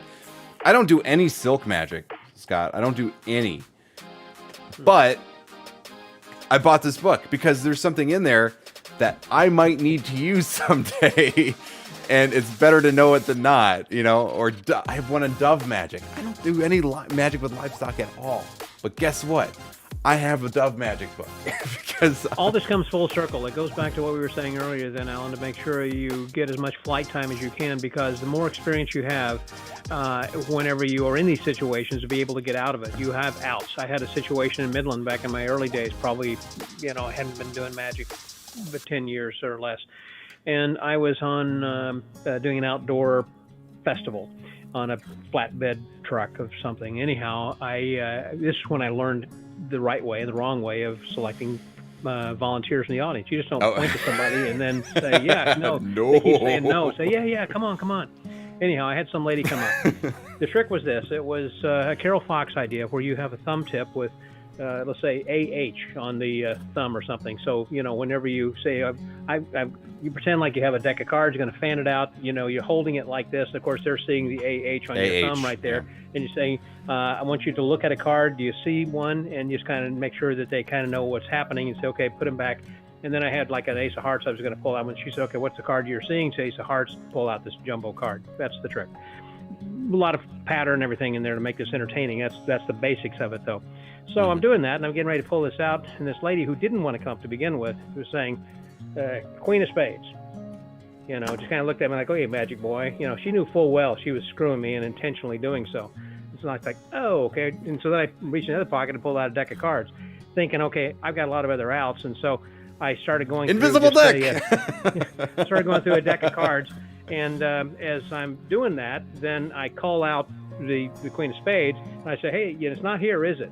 You know, but then whenever I get it, so then I kind of control to the top of the deck. So this way, then I'm just kind of using my fingers. So this way, the card actually will start to, come out of the deck, like this, basically. So that'd be then their card. So all you're doing, of course, is just on the back, pulling it up like this, but from the front looks, like it kind of, the card is coming up. So anyhow, it was not a strong effect, but it still had the denouement at the end. So I could say, and there is your Queen of Spades, just give her a big hand and sit down. So, and then moved on to something else and lesson learned. Point is, by having these situations where you have problems, you have more outs because you have had more experience and you know what to do because you've been thrown into a situation like we were just talking about a minute ago there, Alan, where they want you to do close-up and say, hey, can you also do 20 minutes stand-up? Or you're doing stand-up and say, hey, can you do a few card tricks, over here for the president or, for this strolling cocktail for a few minutes or whatever. So you got to be ready, and you can't be throwing a curveball and say, "Nope, sorry, it's out of my bailiwick," whatever. Because I only came prepared with a clipboard to do mentalism. I don't have a deck of cards. Okay, well, there are certainly a lot of things you can do as a walk around mentalist as well. Well, that's what I want to talk to you about that. I won't name any names, but there was a company that hired me to do walk around magic. It was for a charity event. They were trying to sell like art pieces, and if they weren't sold, they would be destroyed. It was kind of like their gimmick, right? So they would. Anyway, I go out to this thing. I'm like supposed to do like 2 hours of walk around magic during this thing or whatever. And so I get there and I'm checking in, and I like always try to like find whoever hired me for the thing and let them know A, I'm there, and B, like kind of see if they have like an area that they want me to go within, or I work for certain companies where they're like, don't talk to these people, right? Like here's their pictures, and I won't tell you, there's some companies that have had me do that before too, where they have like actual like headshots and like, don't talk to these people. You can talk to everybody else, but these people are here to do XYZ, right? But anyway, so I always get there and I always get, acclimated and whatever. And they're like, great, and you're on stage at 7:30. And I was like, I am? Okay. And so like, I didn't have like hardly anything, right? I was like, I'm going to pull this out of my bottom. But like after that, what it taught me to do is like, if I'm doing like anything where, not necessarily when I'm traveling, because I'm very careful about like making sure we understand each other about the no project creep, as they call it. But like doing shows locally, and there's something that I always have the opposite case for the type of show I'm doing. So if I am doing walk around, I'll have a parlor case in my trunk, and if I'm doing parlor, I'll have some stuff that I can do close up, and I always have that. But I want to know what you think about this, because there are a couple of camps of thought on this, and I'm be curious to see what you think. As far as, do you charge extra for that? Because that is not something that you were booked to do. And let's say your stage show is $2,500, and your walk around is $600 an hour, right? You got booked for $600 an hour as walk around, and now they're asking you to do a stage program. Do you invoice them for that amount? That's what I want to. That's what I want to touch on. That's what. This is important. It's a great discussion, and I think it's worthy to discuss this in some length, because certainly, first of all, I believe in having contracts. I've had contracts forever, and most people say, "Well, I don't." Well, you should. If you're going to be doing any kind of a show, it shows your professionalism. It also lets your client know that you're going to be there. I mean, even though you're comfortable. And then I highly recommend you get a deposit. Don't care how much it is, if it's 10% or 100%, whatever, get something on the front end. So if something happens other than an act of God, then you're still recovered. And it's a legitimate deal. It's not someone who is just yanking you around and you show up and it really wasn't. I always get a deposit for at least 50%, if not 100% in full. Yeah. But in that contract, I have learned a long time ago, particularly when I'm working Indian parties. I've stopped working for Indian and Pakistani parties because if I'm going to, it seems like they say, okay, well, you're going to be on at 8:30 after dinner. They don't serve dinner till 10:30, and they still got kids running around at 11 o'clock, and I'm on at midnight. And so it's just a cultural thing with the group. And so I have had that happen too many times, and with a lot of other friends. And so it's like I would prefer not to do that. But I've also learned from that and some other times, and to put a contract that will say start time and end time. So I will give them an end time to say it will be a half hour beyond whatever. Like I say, I'm going to do a 45 to 50-minute show for you, depending upon laughter and applause. So anyhow, I'm going to have this period that's going to be, let's say, between 7 and 7:45. But if I'm still there in this particular case beyond 8:15, that I'm going to be charging so much per hour on a 15-minute incremental basis. So that way, if they come to me and say, hey, we are getting started late, they're going to be serving dinner, and so you were going to be on after we have the speeches by the president and a couple of other people, and I'll say that's fine, but keep in mind, here's the contract. It says, I'm going to be, as long as you're aware, And sometimes they're fine with that because that's the way they have things planned, and they've got money in the budget to do that, which meant I didn't charge enough.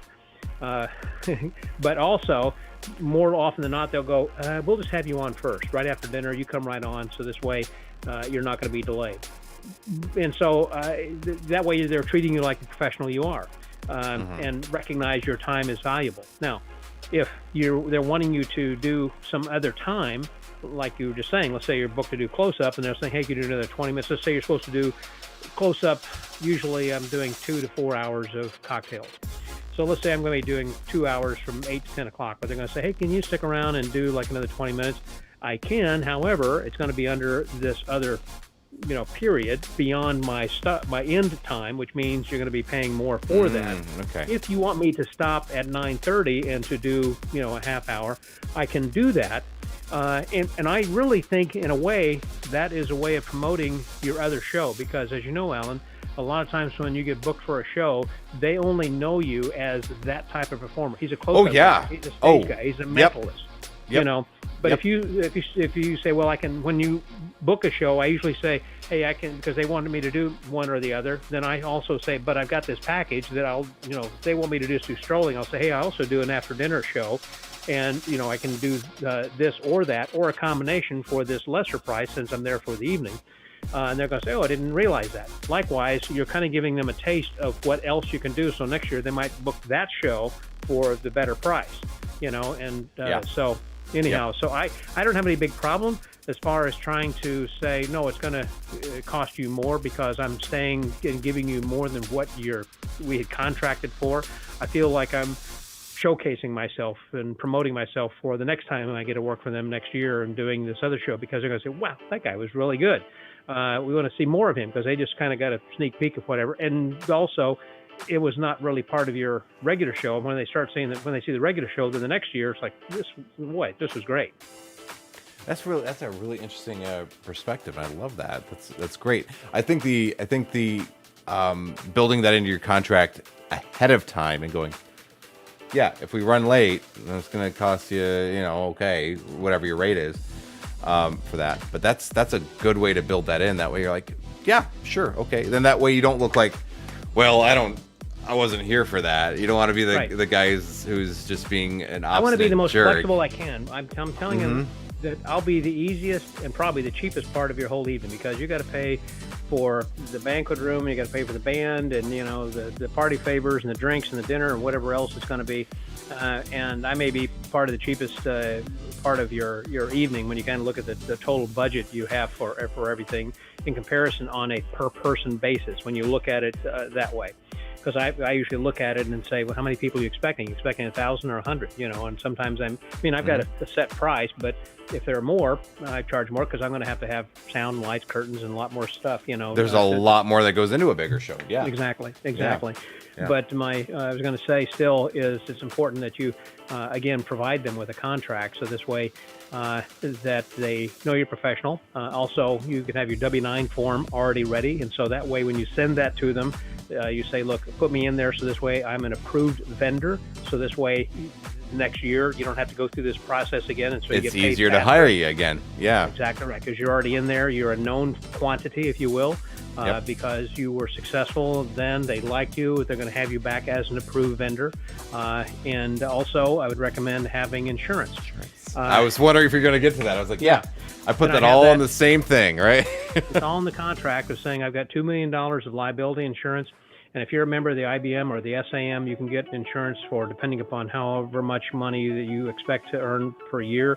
There is a sliding scale, so it can be anywhere from $200 to $1,000 per year for the insurance premium, and that's gold, because that again puts you in another category of professionalism when you're working with other companies who are wanting to book a professional, and you're saying, here is my W-9, but make me an approved vendor. And so you kind of know the terminology.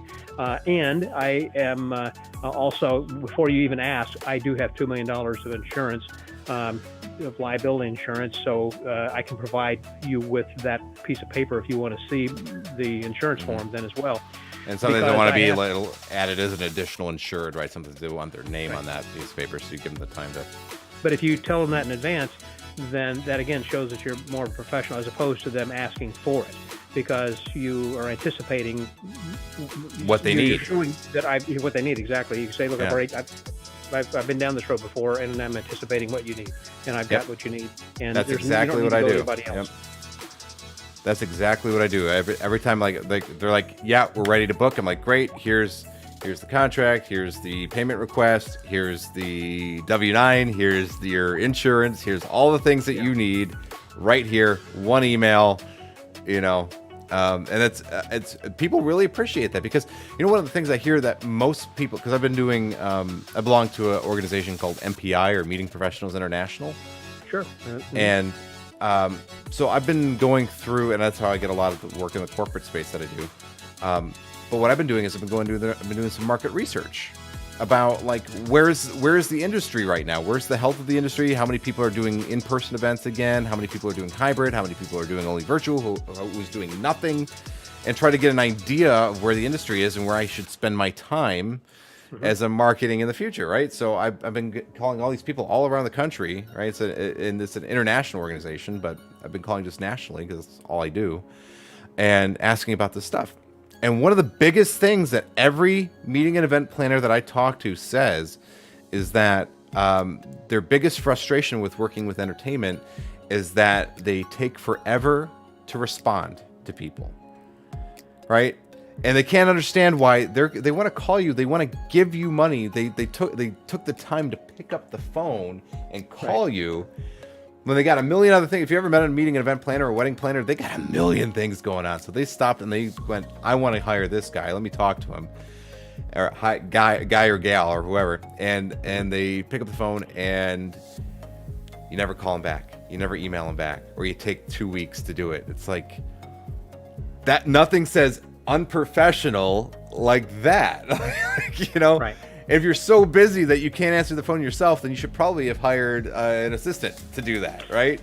And there are digital assistants. I mean, there are people around who do that kind of a thing, which brings me to a point of a book I'd recommend called 4-Hour Work Week. Yes, Tim Ferriss. Yep. Tim Ferriss, exactly. I'd recommend that. So this way that you go out and get a virtual assistant if you need one, to make sure you don't miss anything, and have them actually go out and contact places where you might want to work, where there might be trade shows or whatever else. I mean, you give them a list and they go out and solicit all that business. I think what we've been talking about for the last hour or so over here, Alan, are great things for us. And I'm wondering again about the demographic who watches this, if that's something that they're interested in. It's like, hey, I just like street before. I just like to do card tricks. I just want to do a cardition. I love cardistry. It's like, we haven't talked about any of that. So I'm wondering how much of this might be relevant to people, Well, it's true. It's true. We do have a good mix though. Like Josh right here. He's trying to go full time. Jaeger Steel that I mentioned earlier in the podcast. He's trying to go full time. There are quite a few people here. So I want to make sure we have a balance. Yeah, the people are that just want to just do tricks and want it as a hobby, but there are people who actually want to learn what this industry is really like. If you want to work it, like what it takes and the kinds of things. Because when I started, I didn't know I needed to have insurance. I didn't know I needed what a W-9 was. I had always worked for somebody else, And so like there I think it won't apply to everybody, but I think there is enough of a Josh says I'm pursuing magic, right? So there is a subset of the group that is getting a lot out of this. Good. Well, I hope so. Yeah. So, I mean, I hope that we are kind of encouraging people to go out and, again, do it, make a plan and work the plan and be successful. Yeah, and you can. There's money to be had out there. I like what Kostya Kimlet had said. I'd gone to a class down in Florida once, and I was participating as a teacher in this restaurant magic business seminar. Yeah, I'm very familiar with that. Yeah. Yeah, and one of the things I remember him saying is whenever he would fly back home, and as he was flying into the airport, he would see all of these big high-rise, office buildings and everything. He was thinking how much business there would be on every floor, different companies on each floor, not just per building. And the point being is, he said, I don't see this as me losing a piece of the pie to you or anybody else, getting this. I just see this as a bigger pie. We can go and get our share or our piece of whatever that might be, and you can slice however big of a piece you want out of that pie. But it is a huge freaking pie when you kind of look at the totality of the world. If you don't look at it myopically, just as your regional, not even regional, but city area, you got to look outside of that. Think big and start looking at other opportunities globally. Yeah, well, and that's something that, like, the culture that I have here in Dallas with the magicians that I work with, right? My peer group, some excellent magicians, and Trig was part of that until he decided to move to LA. But I have an amazing group of talent here. But you know what? We're all friends, right? And competition in the broadest sense of the term, but really I think the opinion that we all have is that we all cast a wider net together. Franz, I was on a show with Franz Ferrari a few weeks ago on a virtual show, and he was asking some advice, and I was sharing some things like what we were talking about this evening and more. And he was just saying, wow, you are dropping some diamonds. These are gems. He said, why are you telling these secrets for free? And I'm saying, it is a fraternity. It's a big pie. We can all get a piece of this. And I'm getting to a point in my life where I would rather share this rather than keeping it to myself. So I am giving out all my ideas. I mean, I'm not keeping back anything as far as trying to have you be successful, because I want to have people who will say, Scott had once given me, or some guy, maybe don't even remember my name, I don't care, Scott Wells, that they would go back and say this came from this guy. But it would be something I want people to remember and be successful themselves. And if I could play some small role in that by sharing rather than keeping it and dying with it, I mean, I don't want to be the richest man in the cemetery kind of a thing, Yeah. So, well, that reminds me of the conversation I had with there's a gentleman, Anthony Dempsey, who's one of my peers here that I work with, and we work in the same industries. And mentalist, magician, great guy. Just had his child just turned 3 months old. But I saw him at Party Fest. I don't know if you've been to Party Fest or know about Party Fest in North Dallas, but it's a big one-day trade show for vendors to meeting and event planners. Big deal. Okay. Run by Dirk Owen of Applause Productions. So I'll give him the whole plug. Anyway, he is the only other member of MPI for the Dallas-Fort Worth chapter. And so whenever I decided to join, I called him up and I said, hey, and I hope he doesn't mind me sharing this. I'm sure he won't. But I said, hey, Anthony, we don't know each other, but I just joined MPI. And I want to tell you, hey, I'm here, like, kind of introduce myself, who I am, and kind of give you an idea of kind of my perspective on things and see how you feel, right? And see if we can, form a friendship or whatever. And he's like, thank goodness you joined. And I was like, I was not expecting that, right? I was not expecting that. But what was cool is that he was like, I'm the only magician / mentalist that's a member of MPI in this area. And so by you joining, it legitimizes both of us. I see. And I love that. It was like, he's not just some novel one-off guy. Like, no, this is an actual industry, and it's an important part of the meeting and event space. And having you makes us both look great. So thank you. I'm happy to meet you. So that's what I mean by casting a wider net together, is that, yeah, we're all in, I mean, competition. We all want to work, right? But there's so much work out there that what ends up happening is I'm good friends with Diamond Jim Tyler. I'm good friends with Anthony Dempsey. I'm good friends with Brian Masters. I'm good friends with Trig Burridge. I'm good friends with myself. But we all are kind of like the magicians who do the corporate event stuff up here, right? And so if one of us is booked, guess what? Landon Stark. I can't forget Landon Stark. Landon Stark's a great guy too. He was on the podcast a while ago. We all pick up the phone and we call each other. We go, hey, I'm booked, but hey, are you available? Or, oh, hey, maybe it's Landon, or is Brian? And we do that because we're all keeping each other busy, right? And we would rather that the event, if it's, that if we're going to put our names on it, we want to make sure that the person that we're recommending is vetted, that we know them and we know the work that they do, and that we can feel good recommending them.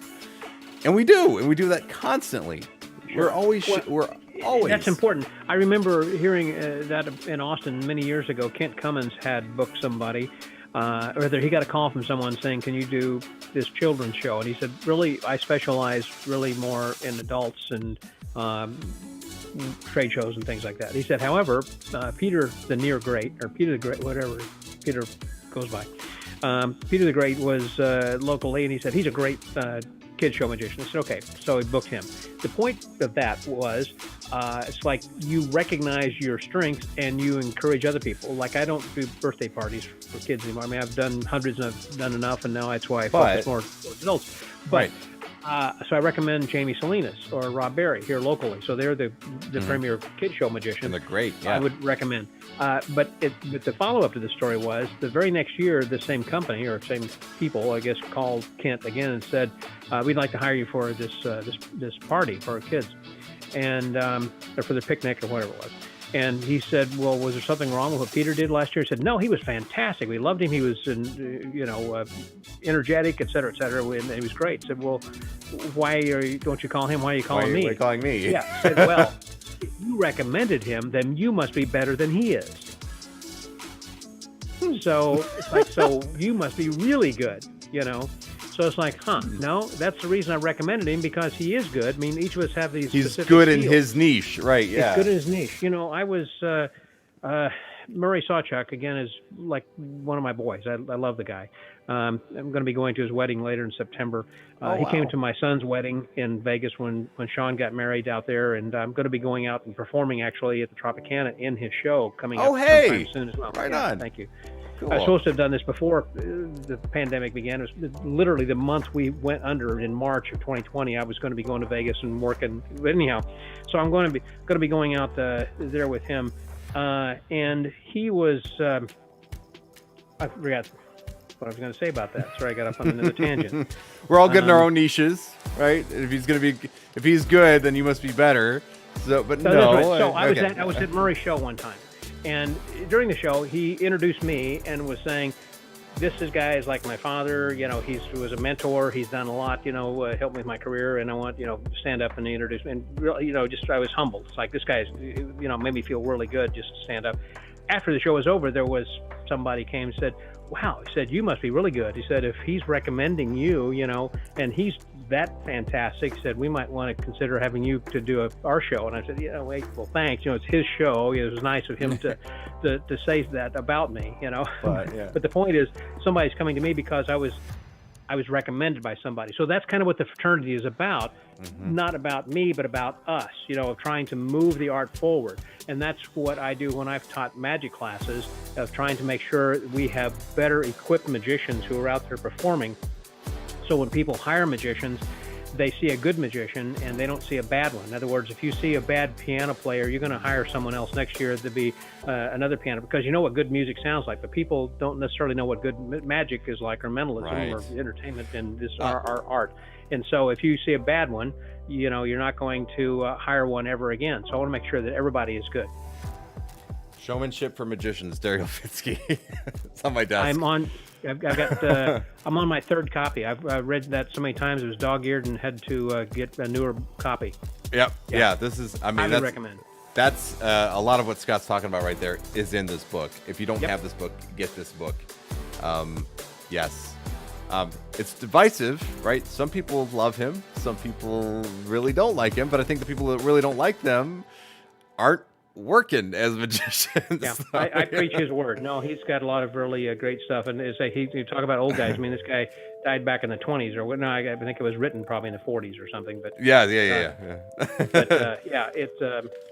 I remember one of the quotes I often use is, "Attention to detail is the essence of showmanship." It was from that book. Yes. One of my favorite quotes. Yep. No, he's this is everybody who wants to be a magician, like to do it for a living, needs to read this. Yep. Right. And even if you don't want to do it for a living, if you want to just be the best magician you can, read this. It's important. But yeah, people forget about all that stuff. They're just like, well, people will just people like magic in general. I'll just do magic. And we were talking about. I was watching. There's another magician here on YouTube named Kevin Booth. Fabulous guy. He's got a very strong following. He did a video recently on the cliches of magic, right? Specifically, have you seen it? Yeah. Yeah. Okay. Very funny. Can you do me a favor? Also. Perfect. But it's okay. It can be divisive, but guess what? it's true. It's real. It depends on which side you fall on, but one side's going to make you're going to be working as a successful magician who is not only I don't even say successful as monetarily. I just mean successful as in you are delivering a good show to an audience. You're giving an audience a gift of some sort, and you're transmitting that across. And that's what I mean by successful, right? Or you can just go and just be like, it depends on who you're doing it for. Are you doing it for yourself, or are you doing it for your audience, right?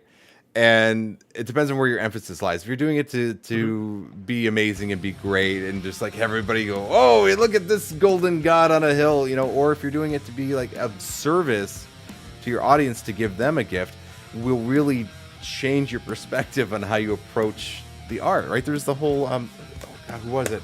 Who would behind every show before he would go on stage, he would look out. Thurston, I love you. Thank you. I'm going to give you the best show ever. Thank you for coming. And also, I'll go beyond that. Whenever I work restaurants, as I'm walking from my car to the front door of the restaurant, I put a smile on my face thinking, I'm going to have a great time tonight. I'm going to be going to this table. I picture the tables. I picture the audience who I'm going to be doing card tricks and all the rest of I'm going to be performing. And as I'm walking up, it's just I visibly change. I start straightening up. I'm smiling more. I've got a twinkle in my eye. By the time I open the door, it's like, how's everybody doing? I mean, so ready. You just want to be friends. Like, let's ready to hug them, right? Like, right.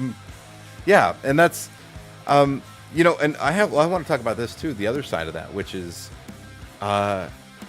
sometimes you can't always have a good day, right? Granted. There are times, I'll tell you, I don't want to say, like, it could be anything. It could be an argument with your spouse. It could be your cat just died. It could be, you just got some really bad news about something or something. And then guess what?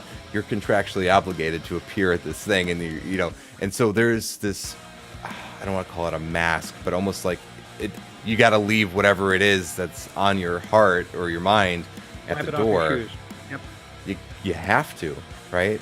And I don't know if people who haven't had to do that really understand how difficult that can be, how emotionally draining that can be. My wife passed in May of 2018, and within that same week, that was whenever they were going to announce they were going to be reopening the Magic Island in Houston. And I got a call from the television station like 3 days after she had passed. Less than that, 2 days after. I mean, she hadn't been gone 72 hours, 48 hours. And they said, can we use a video from your YouTube channel? And I said, what is it? And they said, the one about the Magic Island, because it's going to be reopening. And I said, well, I used to be a house magician down there. And they said, well, would you mind coming down and being on the 5 o'clock news and doing a trick and talking about the island, what it was like, etc. And, I'm thinking, she's got a plan for me. It's like she hasn't been gone that long, and she's already figured out what my future is going to be, and wants me to keep moving forward. Go, go, right. Scott. So I want you to go out, and so you have to. You just can't sit and stew and be sad. I mean, obviously it was traumatic. We were married for 43 years, and so you just got to move forward. And of course, no one on television would think anything had happened because I was energetic and showing, I think I did the Hundy 500 and a couple other things, but the point is, you just got to move on. Yeah, it's didn't mean to bring it down, but I'm just no, you wipe your shoes at the welcome mat in the front door and go on inside and smile, But that's important. I mean, that's the thing where that's the life. That's what we do. That is what we do. It's an important. I think it's an important thing, right? Because like in just about any other job, right? You work behind a desk. You have a bad day.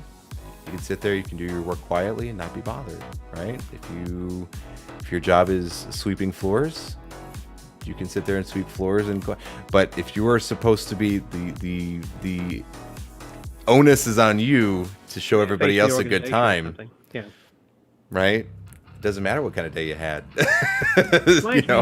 That old joke also about this guy who went into the psychiatrist for therapy and was saying he was just down, depressed, and he was, he hated his job, and it was not giving him any joy at all in life, and he didn't know really where he wanted to go with his career, and just overall sad story basically. And the guy said, he said, "Do you have any suggestion?" He said, "Yes." He said, "The circus is in town." I said, "Yeah, so?" And he said, "There's a clown there." He said, "This guy is the funniest guy in the world." He said, "He will I guarantee he does this and that, and he'll make you laugh." And he said, "I'm that clown."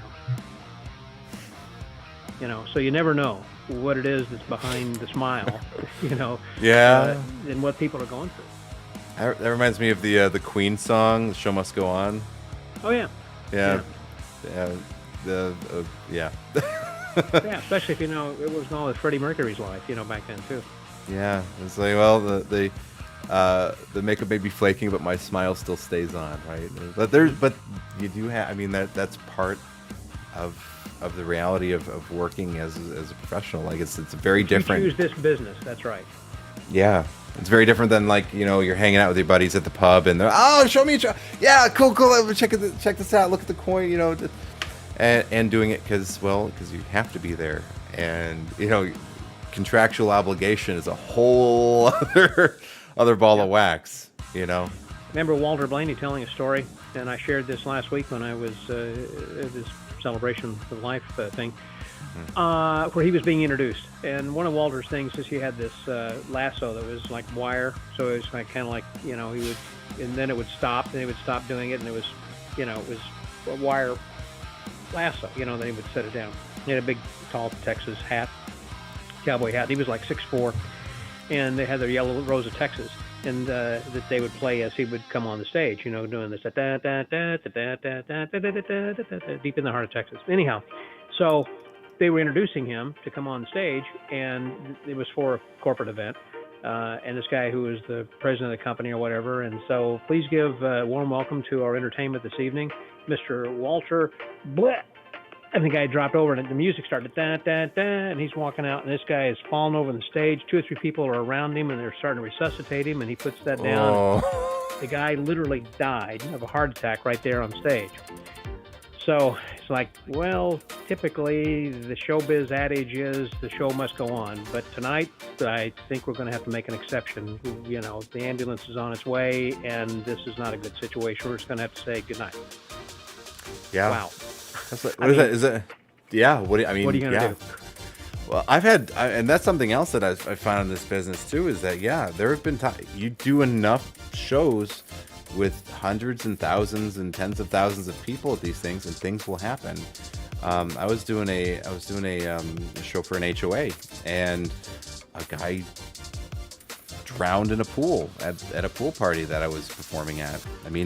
Not 5 feet from me, and it's like, well, yeah, there are times where you do have to stop, and that was one of them. But that kind of stuff, it can happen, and it's just, but it's we should write a book on war stories. I think there are a few books out. In fact, are there?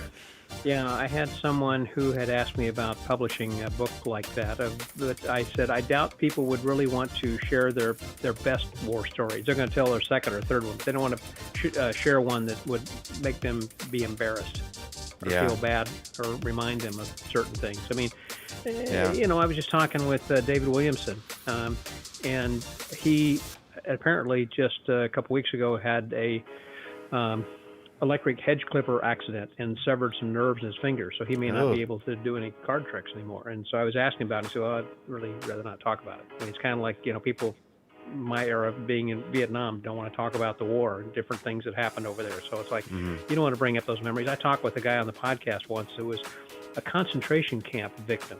He was a magician, and he's a mentalist now in his 90s, and he was in the concentration camp in Auschwitz. So you have to go back and take a listen to that one. He was saying also, I'll be glad to talk about anything. However, I will let you know if we start to get off and into a subject that I'd really rather not bring up those memories. But I'm pretty much open to talking about certain things, and there were some things that were pretty gruesome that he did talk about. I didn't think he would go to, but I thought, what could be worse than that? And apparently there was a lot more. There's normal. Yeah, as you could almost imagine or not imagine, in a concentration camp. But anyhow, so going full circle back here on the Magic Word Podcast, I've kind of talked to a little bit of everybody. Yeah. So be sure you go and check it out. And there's a search engine, by the way, a little search bar. You can type in anybody's name or a subject or something, and something will probably pop up on that person or thing or event or whatever. That you can go back and listen to the archives. And it is an archive. There's 629 episodes as of today. I pay attention. Good man, young man. Yeah. Next week will be 630 and then 31 because I got. So I'll be given 2 daily reports for the convention next week, which we're going to be getting to have private tours by David Copperfield of his museum while we're up there. That's one you don't want to miss. Yeah, exactly. So you should go over to the magicwordpodcast.com and subscribe right now. It's available. I know it's available on iTunes because that's what I'm on. But is there any other services? Is it on Spotify? Is it on Amazon Music? Where else can people find your podcast? Literally anywhere where you get your podcast. I mean, Spotify, FeedSpot, through Google, through Apple, iTunes, through iHeartRadio, Spreaker, Spotify. I mean, you name it. I mean, if you have a podcatcher, I've got a couple of podcatchers on my phone that you can subscribe to feeds. So if you just do a search on any place where you get any podcast, you can subscribe to it through your favorite podcatcher. Excellent. But if you go to the website, you get more information because I spend probably about 12 to 15 hours per episode to put this out because I do have videos. I've got, in addition to the audio, I've got videos that are on the website. I've got photos. A lot of times I'll take some candid photos of the person I'm talking to or some pictures we've got from the past when we worked together or whatever. Also, if there happens to be a contest, that'll be on the website there as well. Plus maybe timestamps saying we like at the convention saying, we were talking with Lance Burton here and Matt King here, so what if you want to just go and listen to a certain place in the podcast without listening to the full hour or something. It's got other information that's on there. Plus, of course, I'm promoting this all the time on Facebook and Instagram and YouTube and elsewhere. So I recently started adding YouTube to this then as well. But if you just go to any place you normally get your podcasts, you can download it and subscribe from there. But again, for more information, you get everything through the website, and there you can subscribe to the pod letter also, where each week you will receive information about who's on that week, who will be on next week, and some suggestions from the archives.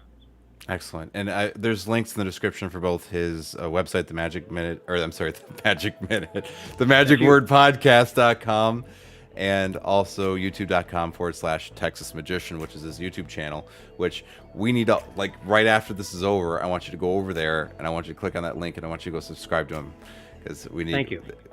You're here and then go over there. That's right. You're already on YouTube. Might as well go over there. And might as well. Help me out so much.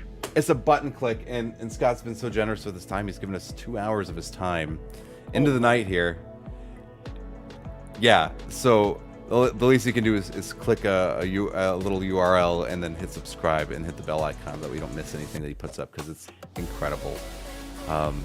Scott, I think this is probably a pretty good place to close down. Yeah. I want to thank you so much. Alan. I really appreciate you coming on, and let's not make it another couple years before we see each other again, okay? I'll see you at the splash party next year. Probably. Yeah, we'll at Dale's. Yeah, we'll probably see you at Dale's at the very least. Hopefully before then, too. Yeah. Hopefully. Hopefully, I'll come down to Houston just to see you. You got a couch I can sleep on, or? Yeah. Thanks for if I'm home. I've got something planned between now and the end of the year, including spending my birthday in Paris. So Woohoo! I've got a lot of things planned between now and the end of the year. All right. Well, yeah. Hopefully, me too. With hopefully work's coming back. Yeah. Let's hope that we don't get this Delta virus that is getting worse. And so I recommend for everybody please get vaccinated. I mean, it shouldn't be a cultural thing. It shouldn't be a political thing. It's a science thing. I mean, do it. I mean, and get the right information. It's not bad. You're not going to change your DNA or whatever kind of stuff. Don't believe what you're reading elsewhere. I mean, it'll save lives. And if you don't care about saving your own life, think of me. I mean, if you could be a carrier to someone who is older or anybody else, so please get vaccinated. Yeah, and and for a lot of really good information on this, I actually interviewed Dr. Ben Newman a while ago, who was on the panel that named COVID-19. He's a virologist. That is a true sandwich with zero political spin. You definitely want to take a look at that too, because and I'll retroactively add a link to see that if you want to see that. But yeah, it's important stuff. It's important stuff. So Scott, thank you. Thank you, Alan, for contacting me. This has been fun catching up. Yeah, here too. I feel kind of selfish. Like, I don't know. I hope the audience got. I know the audience got a lot out of it, but I got a lot out of it too. Well, I hope they did too. So. As I said, that you have a different kind of I started a demographic. My demographic. I've got like 10,000 subscribers worldwide, and they span from adolescent to people much older than me. So because there's something for everybody, whether you're a collector, whether you're cardistry, or whether you stage mentalism, bizarre. If you're a collector, if you like Houdini, I don't care what it is. I mean, I've talked with everybody, so enjoy. He's the Johnny Cash of magic. 1 degree to Scott Wells. He's the Kevin Bacon of magic. That's right. Thank you very much. I appreciate being on your show, Alan, and wish you much luck then with the Magic Minute. Thank you so much, Scott. I'll talk to you soon, okay? This is Scotty out. Have a good night. Thanks, guys, for watching. I'll see you next week. Eat your vegetables. Go to bed on time.